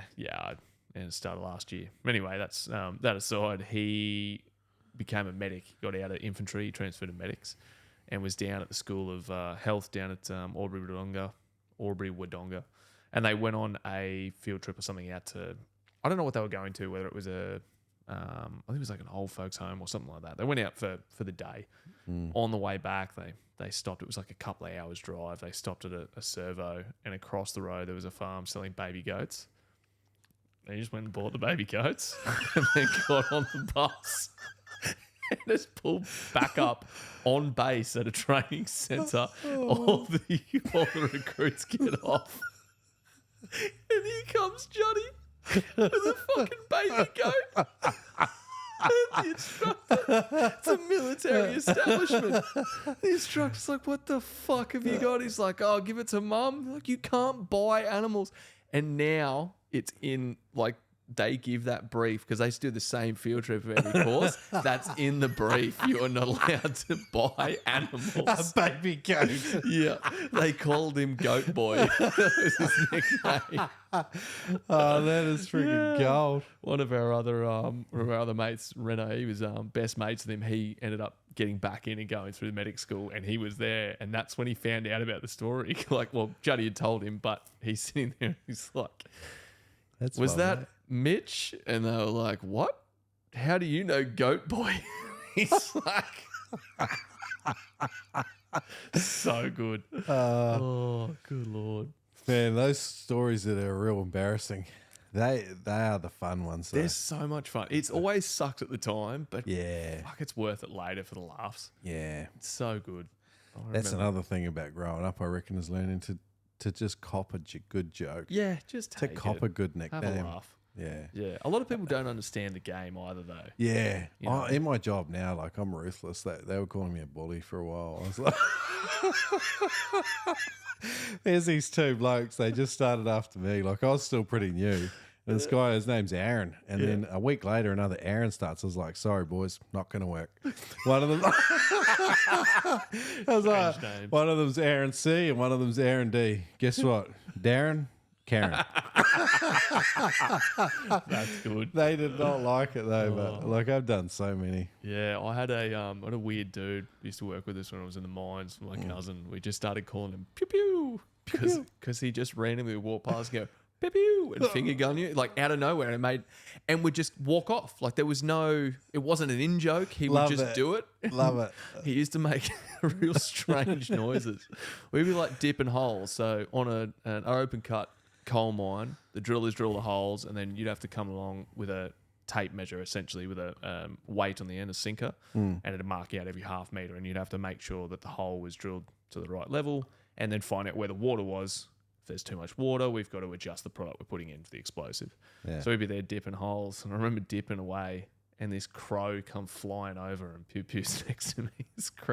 And he's just like, the crow's gone, oh, and he's gone, oh, and watched it, and I'm sitting there like, what the fuck is wrong with this dude? Some Dr. Dolittle guy. Dude, so strange. He used to do the weirdest shit. It was fucking amazing. We just called him Pew Pew. They're always great though. There's endless entertainment. Oh, nicknames are so good. Did you see the New Zealand radio, the Rock New Zealand, with the work nicknames thing? Yeah. That was so good. Oh, the sniper's nightmare. Dude, I was crying. Me too. I could not breathe. I was laughing so hard. If someone wants to watch that, type that in. It's like the Rock workplace nicknames. Did you hear the lantern one? No, it was the lantern. Not very bright, and you got to carry him. Yeah. I was like, oh, it's so good. Oh, It's so good. The other one that I loved was Keth. Kathy is missing an eye. I was like, holy shit. Oh, man. Well, I would love to get some of that shit on my podcast because, Yeah. like, so good. Oh, fuck. Yeah. It might be a good point to take a quick piss break. Yeah. Yeah. Oh. Let's take a piss. We'll be back in a second. All right, we're back. We've peed. We've grabbed new drinks. We didn't More pee. vodkas. We didn't pee. We just talked. That's true. We did talk, but the cameras, they have a heating issue. So, we take a break, let them cool down, and then we come back and we'll continue on. We're breaking down the fourth wall here, Jack. We are, but that's okay because it's a podcast and I can talk directly to the camera sometimes. I feel like it. So you've got your own podcast, the Noob Spearo podcast, the #1 most exciting, best possible spearfishing podcast on the planet. How did that come about? And how did you grow it to be such a mammoth? Some call it the Joe Rogan experience of spearfishing podcasts. Have you actually heard someone say that? I just said it, so. One guy said it. Did they? Yeah. He had me on his podcast and called me the Joe Rogan of spearfishing. I was like, Wow. oh, what an honor. Wow. I love Joe Rogan. You are a little bit Neanderthal, so. Yes. Yes. Yeah, it was funny when he published that, eh? Like, I was like, yeah, I'm probably at least 4 or 5%. Yeah. But walk me through that. How did that come along? I alluded to my issues when I started spearfishing, and then pretty much what happened was I was working in a blue collar job, working in a factory that produced plasterboard. Okay. I worked my way up to The dizzying heights. the dizzying heights of being the takeoff operator. So pretty much PLC programming ran largely automated the whole takeoff procedure for this plasterboard. It came out of a kiln. It was all cut in different lengths, and then the machinery would stack the board and forklifts would take it off. Essentially, like I would sit there, and when we changed lengths of board or whatever, you would need to reconfigure the machinery, and there was a little bit involved. And then when shit went wrong or went sideways, you would need to problem solve and fix things. But honestly, 90% of the time you sat on your ass just getting fat. And I got fat. I was 138 kilos at one stage, believe it or not. Jeez. I mean, I'm a big bloke, but I was a proper big, Yeah. fat, snoring scumbag at one stage, and did not enjoy being in that state. But most of it was due to sitting in this place and working shift work, the stresses of life, and a relationship that was failing. And then, but what I started to do was listen to podcasts, and it was pretty early in the piece, 2008 maybe. And Entrepreneur on Fire was the podcast I stumbled across. And this guy came out of the military, funnily enough. He was from Maine. John Lee Dumas is his name. And he started a podcast where he interviewed a business person from any type of business every day, 7 days a week, military discipline. And he just, like, it was a short form, sort of 25, 30-minute interview. And he would just, explore their business and basically their aha moments, their mistakes, and sort of pull out all of the actionable info that they had learned on their journey into growing a business. And at the same time, I was going through this journey, becoming a Christian. And it sounds really funny because you're in your mid to late 20s. Most people think that, the belief set that you have is probably the one that's going to go with you for your whole life. But I was going through this journey where I was becoming Christian, and I was listening to this podcast on this pallet stacker, getting fat, and it was a weird time of life, I'm telling you. Anyway, and this podcast sort of instilled in me this idea that, like, anyone can start a business. You just need to find a group of people that are interested in a certain thing and then serve them in some way. And he said, like, I wasn't a business expert when I started this podcast, but, 400 or 500 episodes in, I'm starting to get pretty knowledgeable because I've talked to so many people. And he, he's gone on to, I think he said 1 billion downloads or something like that. Holy dooly. That's pretty cool. I still listen every now and then now. And, but honestly, it inspired me. So I wasn't confident enough, though, to start the Noob Spearo by myself. So, but the whole concept of Noob Spearo was, I've been doing spearfishing for like 2 or 3 years. I still know relatively stuff all. I want to meet more people and go to more locations and learn more. And there's endless fascination with spearfishing because it delves into marine biology, marine weather and conditions, fish species, taxidermy, hunting, freediving, first aid, emergency situations, scary stories, all of this stuff. And it was all fascination for me.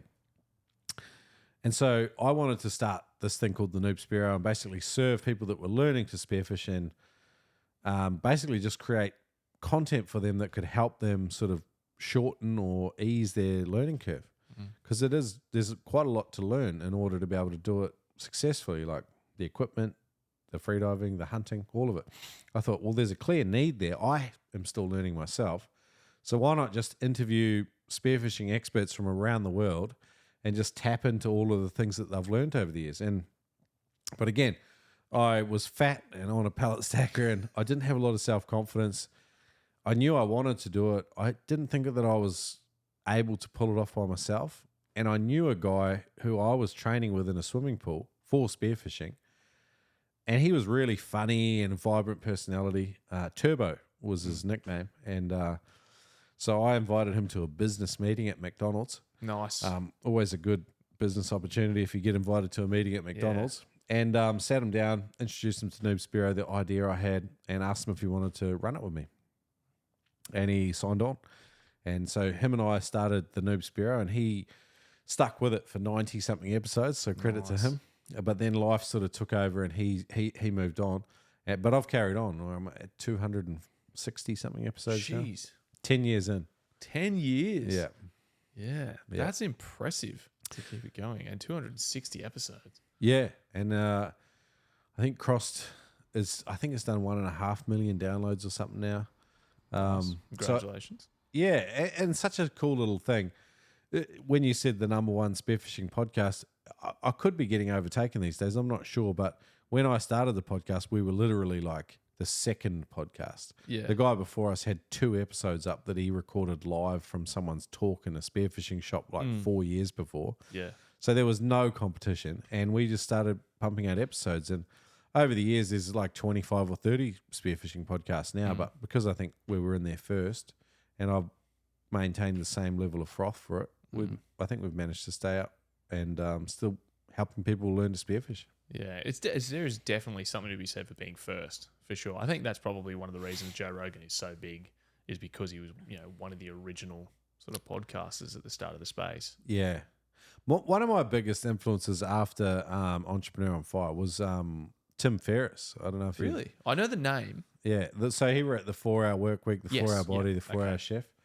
Really, really good books, by the way. If you ever get a chance to read the 4-Hour Work Week, it's a fantastic read. Really funny and very, very insightful, because a lot of us in our generation, we got indoctrinated into this, the 40-hour week.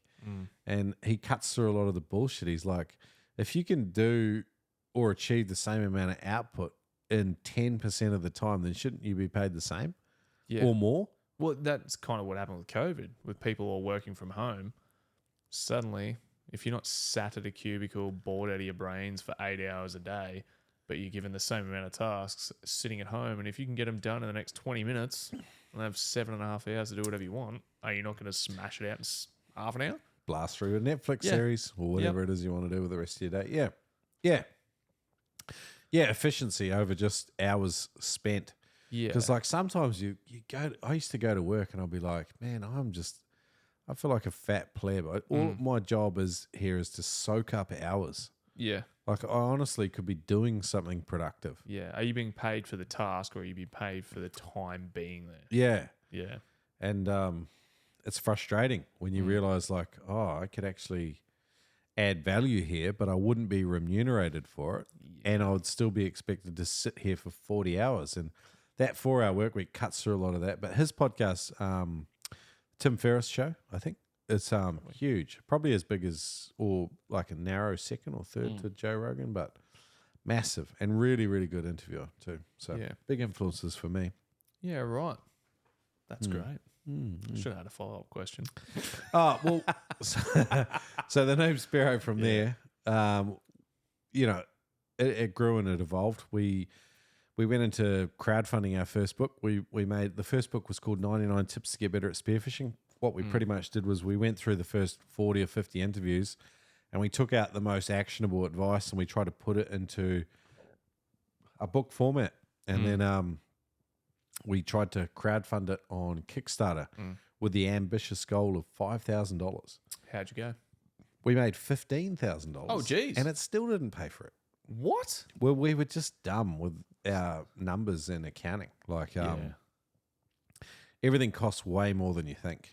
Okay. Like the Australia Post bill on our first Kickstarter campaign was like $6,500. Oh, jeez. Yeah, and then there's the cost of the books. Yeah. Not only the professional editor that you have, and then the printing of the books and the shipping of the books and the tax and all that shit. Then there's the shipping component, and then you come out of it and you're like, oh, we haven't made anything. We've just got another 1,000 books to sell.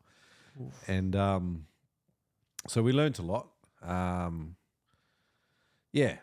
And books, books have decreased in popularity somewhat. Yeah. Yes, they have. The 99 Tips book, funnily enough, is still up on Amazon, still performs really well in our category. Yeah. But, comparatively, people just are not reading books like they used to, like YouTube channels are far more popular, but then you get paid stuff all, like you get 1 million views on YouTube and you get $1,000. It's like,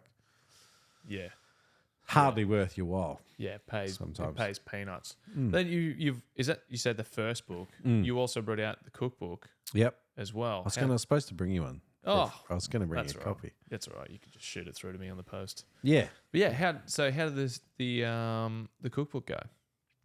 The cookbook, again, crowdfunded on Kickstarter, and I think we had the ambitious goal of maybe 15,000. Yeah. Right. And ended up raising, I can't even remember the numbers, to be honest. But I think 200 and something % funded again. Nice. Yeah, and lots more people involved. Yeah. The cookbook was an absolute labour of love. So what I tried to do with this was crowdfund recipes from the spearfishing community, because one thing I realised is like every Spearo has got like 2 or 3 recipes that are just absolutely banging. Like seafood chef level recipes that are just delicious and probably really easy to make because we're practical people. Yeah. Why not get all of them together into a book, and then all of a sudden your whole world's expanded. You've got another 99 recipes. Yeah, but there's 158 in there. So I always like to joke around. It's just a title, and then we over deliver. So same as the tips book. We used to joke around. We were like, it says 99 tips, but there are more than 10,000 actionable tips in there. There's probably not. There's probably like 300 or 400. Yeah, right. The idea is it's just a branding thing, but. So 158 recipes. There's like 10 guides in there about everything from like, how to fillet a fish from the basics. Like I've caught a fish. Okay, how do I bleed a fish, gut a fish, fillet one up, skin it, and then from there, okay, I've got what I need, and then here's some recipes to try. And the focus was on actionable, because you come home from 8-10 hours in the water, you don't feel like making like a 4-hour friggin' 7-course thing for your family. So that was kind of the gist of it. And the other thing that influenced the big creation of the book were two people. One was a Sydney seafood chef. His name's Josh Nyland. He's written the two sort of most well-recognized seafood cookbooks in the whole game. One is called The Whole Fish, and the other one is called One Fish Cookbook. And some of the concepts that he introduces in the book were hugely influential in 99 Spearo Recipes. Basically, he said, like, if you go to a butcher, you don't buy eye fillet to make a stew, like every cut that we have on, a cow, we use for different purposes. Like some are really good for a real slow cook recipe. Some are really good for like a fast fry. Others are suited for, like we got rib cuts for barbie, and there's all different ways to cook things, and we have different purposes for it. We don't treat the cuts on a cow different, let alone pork and lamb and all the other different things. We treat everything very, very differently. But with fish, there's this idea like, oh yeah, you fry it. Yeah. It's like, oh, it's fish. And then it's like, he's like, but when you went in the water, you realize like, oh, there's fatty fish, there's really oily fish, there's dry fish, there's like fish that have got a lot of umami. Like you can use the skin on a coral trout, fry it up with a bit of salt on it, and it turns into like, it almost tastes like pork crackle. It's friggin' amazing. Like my son's mate was around a little while ago. He's like, I don't eat fish. And I was like, okay, yeah, all good. But how about you try a bit of this? And I gave him a bit of that coral trout, crispy coral trout skin. And he was like, oh, this is amazing. And he just could not stop eating it. Yeah. Like, and then by the end of the night, I got him to try ceviche, which is pretty much like raw fish with citrus introduced to it. And he ate that as well because his whole world was changed, And so that's an honor and a privilege to be able to just change people's ideas about seafood and not treat everything like, oh yeah, it's a fish. There's a whole bunch of different ways to treat it. And so the book, I've got one recipe in there of my own. Ooh. That's all. Is this the salt and vinegar chips No, crumbing? I don't even have that recipe. I've got to be honest, that was pretty good. It blew my mind. I'm happy to tell everyone how to make that. But no, my recipe is called Shrek Viche. And it's basically lime, passion fruit or finger limes, or finger limes, kaffir lime leaves, and then coriander, avocado, and it sits for 5 minutes, and you eat it with Doritos, Cheese Supreme Doritos, and it is an absolute game changer. Not crumbs, like just just a whole Dorito with a bit of ceviche on there, a bit of fish and a bit of sauce. And you just smash that back, and the contrast in flavors is absolutely amazing. It lights your mouth on fire. Yeah, so good. Mouth's watering. Yeah. So that recipe you alluded to, though, if people do want to try this with fish, because it's real easy. Buy your fish, even if you're not a fisherman or a Spearo or whatever. Buy some fresh, locally caught fish. All right, it's pretty. What do you call it? It's pretty ubiquitously applied. Like you can do this with most fish. It's fairly forgiving. Buy your fish, cut it into like chicken nugget size bits or a little bit bigger. Get your pan going on like low heat with like a centimeter of oil or butter in there or whatever you want to cook in, and then grab your nugget size bits of fish and go flour, cover it, coat it in flour, then egg, like beaten egg in a bowl, and then with your bag of salt and vinegar chips that you just get, like your Smith's salt and vinegar chips. Shout out to Smith's. I used to work there. They sponsor this podcast. They don't. They sponsored me at 138 kilos for sure. I'm definitely not there now. But you basically, while they're in a bag, you just crunch them up until they're like crumb size. Yeah. And then so you go flour, egg, and then into the salt and vinegar chips, and then shallow fry that fish both sides, like probably like 2 or 3, maybe 4 minutes. Don't overdo it. Never overcook fish. It's a bullshit rumor about like white meat. You know, you got to be real careful with. Just don't overcook fish. It's one of the worst things you can do. Serve that up with some like fresh tartare sauce. Yeah. Can attest it was delicious. That shit is the bomb. Yeah. And if you put it in a wrap too with a bit of salad, like that's I'm not a big fish fan. Like it's not my seafood. I don't hate it, but if I'm gonna eat something and there's an option for like chicken or beef or whatever, I'll probably go on that. I used to be delicious. Man, I can go seafood 7 days in a row now. No worries at all. Yeah, don't get me wrong. I love a big steak. I still like chicken. Like I'm definitely a meat sore. But I like fish. I can go even breakfast. I can do fish. I can do seafood. Yeah. You're out of your head. Me and my mate Case. He was the lead guitarist in that band, the Butcher Shop I was telling you about earlier. He was out of work for a little while, and I was kind of in this transition job working for a mate doing a bit of concreting. We were putting a concrete road in on this island in Moreton Bay, and I got him a gig as well. So him and I were going out, and we're putting in about 1 kilometre of public road, and there were only 4 of us, so we were there for a few weeks. And we would stop every day and buy Coffin Bay oysters. It got unaffordable. One day we bought 5 dozen oysters, just him and I, and we smashed them in the car park with a 6-pack of beer. I can just like a bit of lemon on oyster and just boom, straight out of the shell. You're cooked. I couldn't do that. I did that on the travel show. I host a show called Destination Dessert on Network 10 Sunday afternoons. Yeah. I'm not a big seafood fan. My co-host and producer, Mads, she knows I'm not a big seafood fan. We went down to Tasmania, and there's a brilliant little oyster shop down there called Get Shucked. Nice. Fantastic. Great Aussie name. Yeah. Fantastic.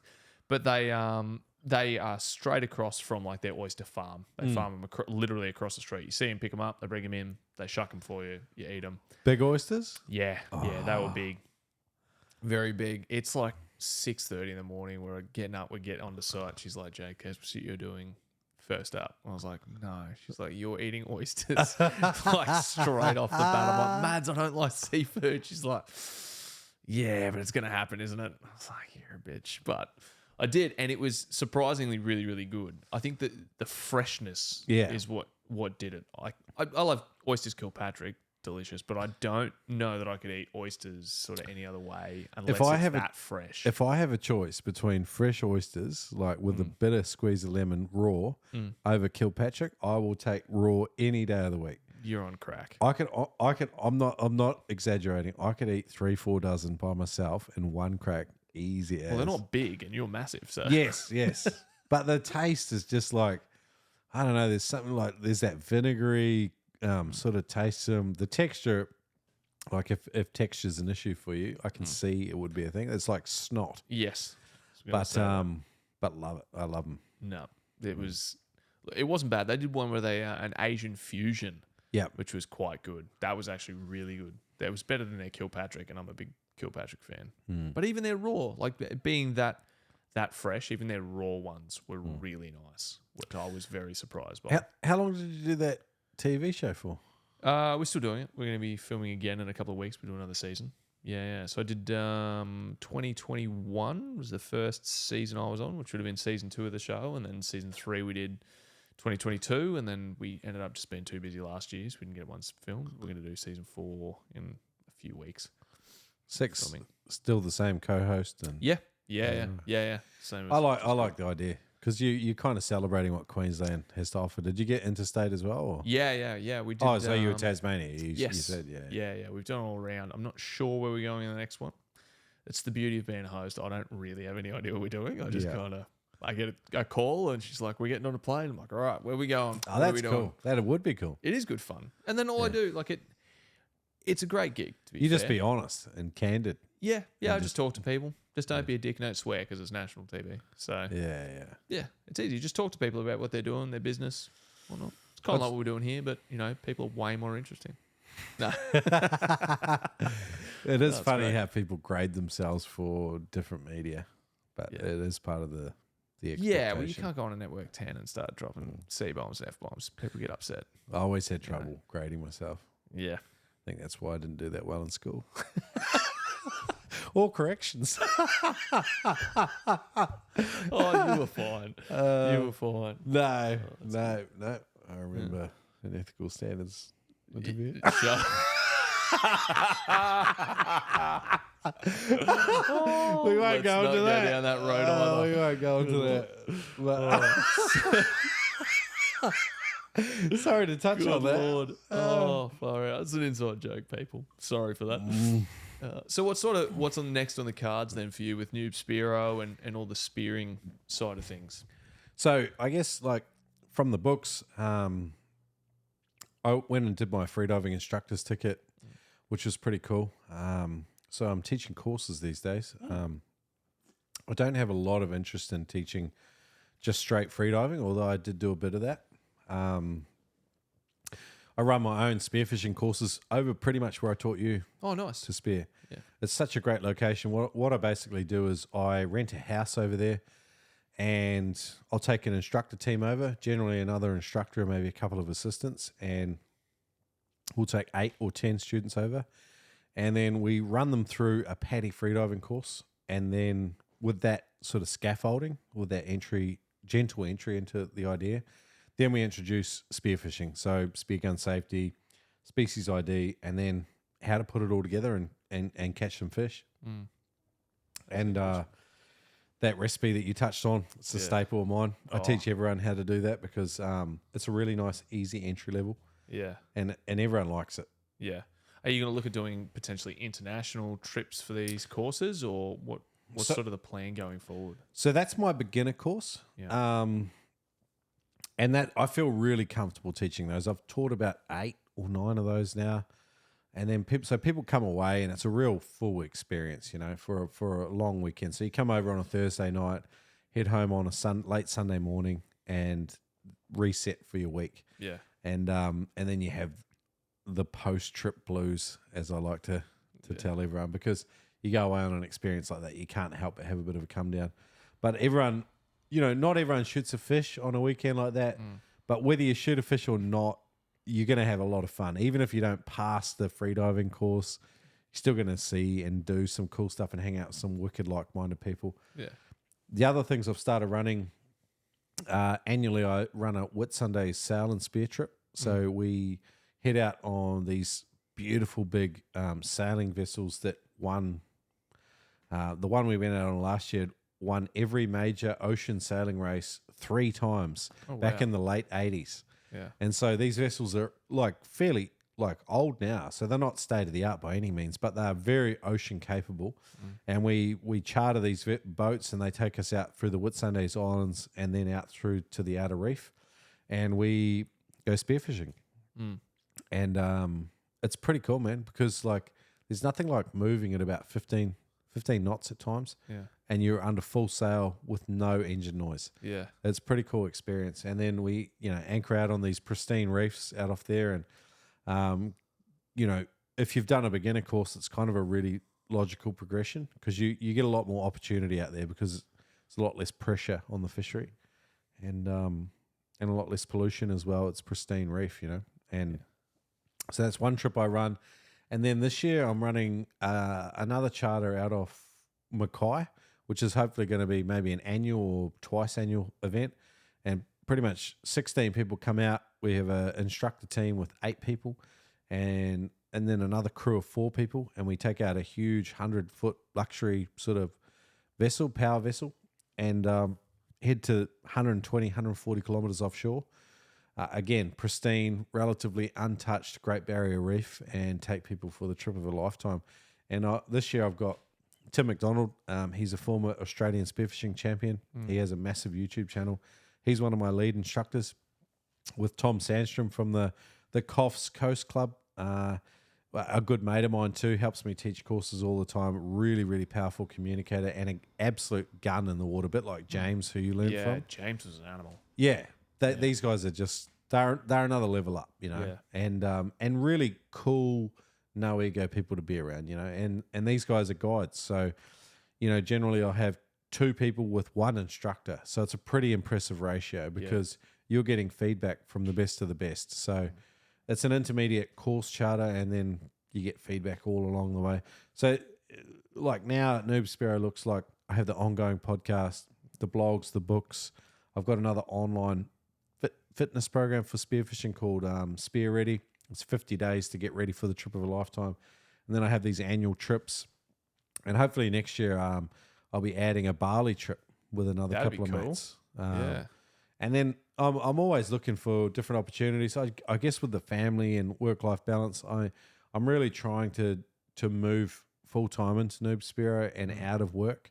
I've dropped back to a 4-day work week, but even that's problematic with all of the things that I have on. Yeah. It's difficult to get to that point too.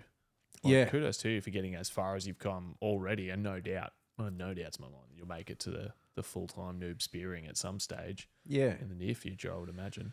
I'm pretty determined. I've done it for 10 years. I'm like, if it takes another couple of years to crack it, I'll have a good go. Yeah, absolutely.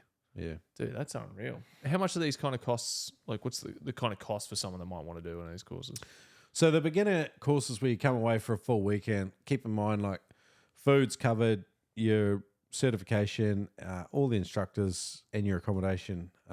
It's about $1,200 or $1,300 for that. Yeah, that's not bad. The sail and spear charter off Whitsundays, I think it's 5 days, and it was cheap as chips, I reckon. Coming at like $2,700 or something, $2,800. Our prices will probably go up next year. And then the Mackay trip was $5,000 for 5 days. But all of these things you've got to put in the context of what you're getting for the experience. So it's nice to have a whole bunch of things that are happening. And some of these processes, you get better and better at it. Like the Whitsundays trip I ran last year with my mate Eckhart from Salt Sessions. This year when we run it, we're a lot more dialed in with what we want to achieve. Yeah. And we sold this trip out like so nice. We sold it out 5 months before we leave. You know, so that's perfect. Yeah, and the Mackay trip sold out 2 months ago. I think I only actually sold it for like 2 weeks and sold out 16 spots. That's very impressive. Yeah, so like, to be honest, I probably need to be a bit more mature with my pricing and put it up a wee bit. But I'm still in the phase where we're learning and we're trying to make things get them dialed in, and that way you know exactly what your customer's getting. Then you can really set a realistic price point. When you do something for start, it's like we've got to cover costs. We've got to try and make sure we cover it and have some redundancy. But you're not really making a killing out of a lot of it. So the prices are going up. But I think more and more trips will come on because I'm selling them out. So it's a good it's a good problem to have. Yeah, yeah. Oh, you don't want to have trips that you only sell one spot on. So you're in probably the best position to have them all sold out. That's real. Yeah. So So even like this year, like you go to the website for it, spearfishingcourses.com.au, everything's sold out. Yeah. I've got nothing up there you can buy. That's a good position to be in. Yeah, but it's also painful because it's like you know, like when you have this sense of responsibility about serving your community, it's like I want to have something there you can buy, you know. So I'm at a problem now where the point where I probably want to bring on team to help me run some of the courses because it's tough. And a lot of my previous students have all displayed interest. Yeah. But the difference between doing a learner's course and then teaching a course and doing everything for yourself, there's a bit of a gap there. But starting to get a really good network of people now. I've had a bunch of people, and I have a real cool network of instructors that come out and help me teach courses now. And it's good to get. One thing I like about doing the weekend with 8 or 10 learners is like I'll often have 1 or 2 other full instructors on with me. And I try and deliberately get instructors that teach and are very different from me. And you would have noticed that with James. Like James's technique from a technical point of view is absolutely phenomenal. Sometimes his communication is very different than mine, but that's what I like. I want people around me that are complementary, you know, because like you kind of realize as you get older, okay, this is my lane. I really like it if someone else has got this lane covered. Yeah. You don't try and be everything to everyone all the time because you're just not. Yeah. Some people like you, some people think you're a dick, and you really can't change that outcome anyway.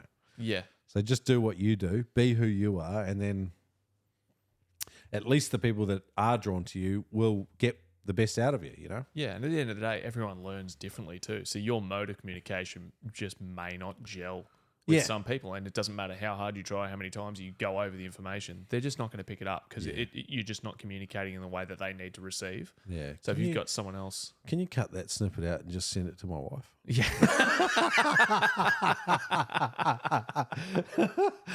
Oh, she'll love that. Yeah, she'll she love will. that. Nah, she's a good egg. I'm just Yeah. joking. But like sometimes it is frustrating when, you know, you try and communicate something in 15 different ways and you're just like, what?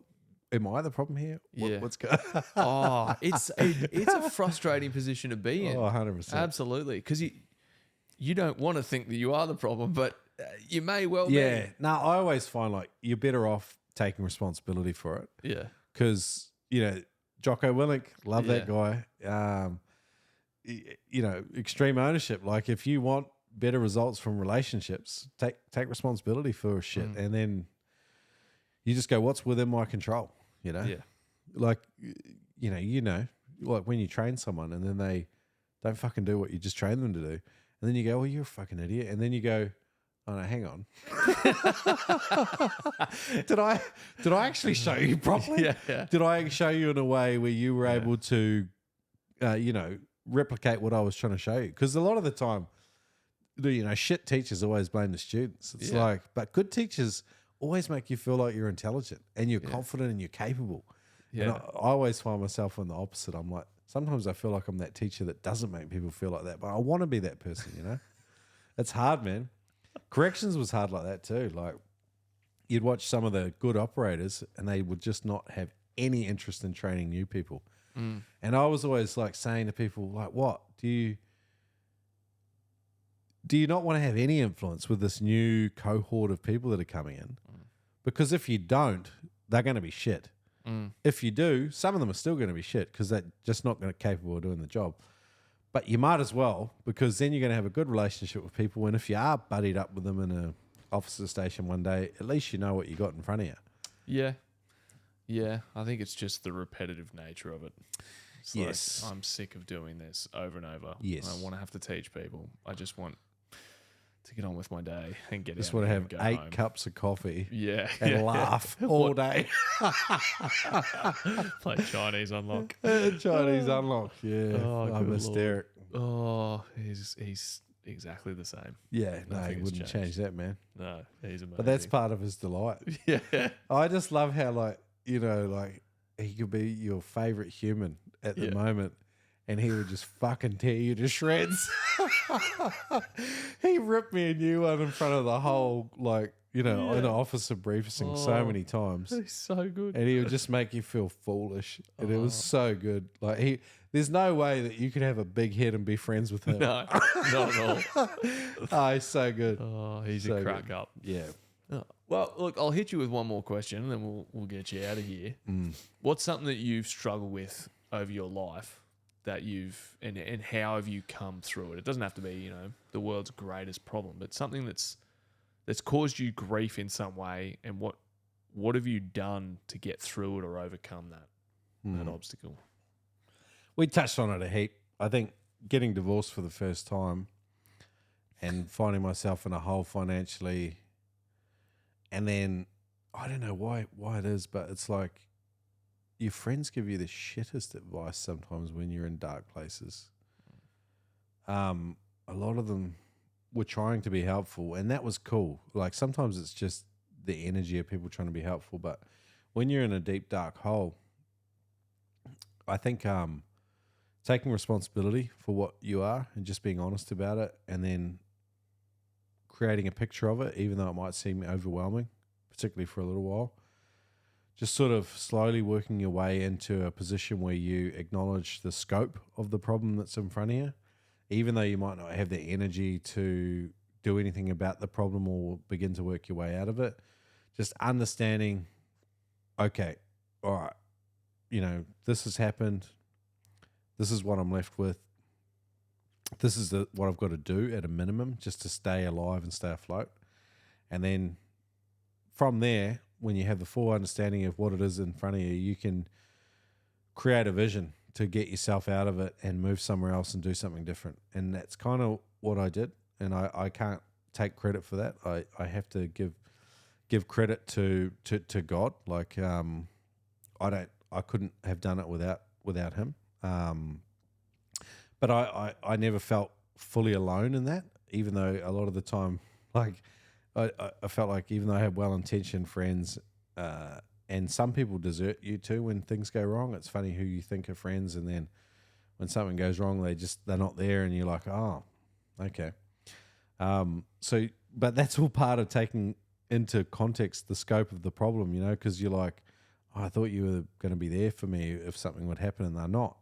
And then that's part of the problem. It adds to it. It's because you feel a sense of betrayal as well. And so slowly coming to terms with the problem, analyzing the scope of it, casting a vision like, okay, we're not going to stay where we are, but this is where we are now. Where do I want to go? And then just work out some manageable steps to slowly start walking your way out of it. And then, like from my own experience, I can just say like, it took me 3 years to pay off the debt out of that and to, have the confidence and energy to be able to deal with people and to save money, to develop a skill set so I could go and do the things that I said I wanted to do when I was younger. And then ultimately to set sail and go and take off for 18 months and come back and reset my life. It was something I needed to do in order to reestablish myself, because for me, getting divorced was a massive deal. Like it was something I had set out to do, for the rest of my life. And so when it ended, a dramatic reassessment was the beginning of it. And then just having that slow, like just committing to the day in front of you, not really thinking too much beyond it, but having these small goals in place, that was what helped me. And I tell you another thing I learned during that. It's funny, like there's these old stories about like a diamond is formed under pressure. Some of those shittest moments of your life, they end up being the parts that you're the most grateful for, because during that time, I never really realized how unaware I was of my underlying emotional state. So I started using this app called Headspace, which came about from the Tim Ferriss podcast. There's a challenge on there. It's 10 days of like 10-minute mindfulness. And I started doing this mindfulness. I thought it was Fruit Loopy weirdness. And I think about, I don't know whether it was like the third or fourth one I did, I became aware that I was carrying a whole lot of tension in my body. And it was unresolved stress and anger and unforgiveness and bitterness. And I just kept doing it, and it didn't all go away straight away.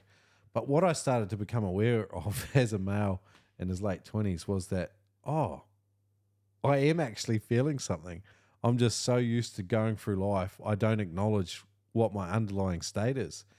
And that's how you have real like angry confrontations and shit. Because if you're carrying anxiety and stress and frustration and unforgiveness, and then you walk into a supermarket and something minor offends you, and then you overreact to it, it's not that person's fault. It's your fault for not dealing with your shit and going into the day in a better state of mind. So I started to take more responsibility for some of this little stuff. And like I said in the start, I can't take credit for it, because I feel like I was an underdeveloped frontal lobe, full life lid, who walked around with this lack of awareness, and I didn't take responsibility for everything. I was a bit of a victim. Everything that happened to me in life was someone else's fault. And when that shit happened to me, I did start to take more stock and more accountability for everything. And, I found a lot of freedom in taking responsibility and working my way out of essentially a real shitstorm. And it was a miserable part of my life, and I was depressed for parts of it. And it's like a roller coaster if you go through serious breakup. That's probably one of the hardest things I've been through in life, for sure. Yeah. Well, thanks for being vulnerable enough, and trusting me and the randoms at home to throw it out there, man. Oh, good, bro. It takes a lot to publicly speak about things that have been really struggling, a real struggle for you. So I appreciate it. Thank you. Thanks for coming on and having a chat. It's been good. It's been a good, many a laugh. It's been a long time since we caught up, so I've thoroughly enjoyed the conversation. I was looking forward to unpacking the Jimmy Mimmy story. Yeah. So I'm glad we got to do that. Probably not as funny for the people that are outside of it. But I just remember like you had tears. Like it was. Yeah, I was crying. We experienced a lot of joy at Jimmy's expense. Poor Jimmy. Poor Jimmy. It's one of those. Yeah, there's a lot of stories I wish we could tell, but we just can't. Yeah, You know, they're very entertaining, but there's some things that just needs to remain between us. So definitely. you know, it is what it is. But no, thank you, man. Thanks for coming in. Thanks for sitting down. You know, sharing your life with me. Oh, good, bro. Some of your journey. Yeah, that's it, everybody. Catch you around, legends. Cheers, Jack. Oh, actually, before we go, let everyone know where they can find you. Noob Spearo. Noobspearo. Noobspearo.com. NOOBSPEARO. Similar idea to the life lid. I think the idea of having a noob mindset, like just not feeling like you have to have accomplished everything or have a big ego. I really find ego is counterproductive to just about everything in life. Jiu-jitsu taught me that. Spearfishing's taught me that. Life continues to teach me that, I tell you. And if you go for it with that continuous learning mindset, which it sounds like you're trying to capture, I think it's pretty cool. Yeah. Excellent. So Noob Spearo on everything. If you're looking for a spearfishing coach, can attest. Was a great time. Learned a lot. Haven't been since. Probably go again at some stage. All good. All right. Thanks, Jake, for having me, bro. No worries. Catch you around, legends. See you later.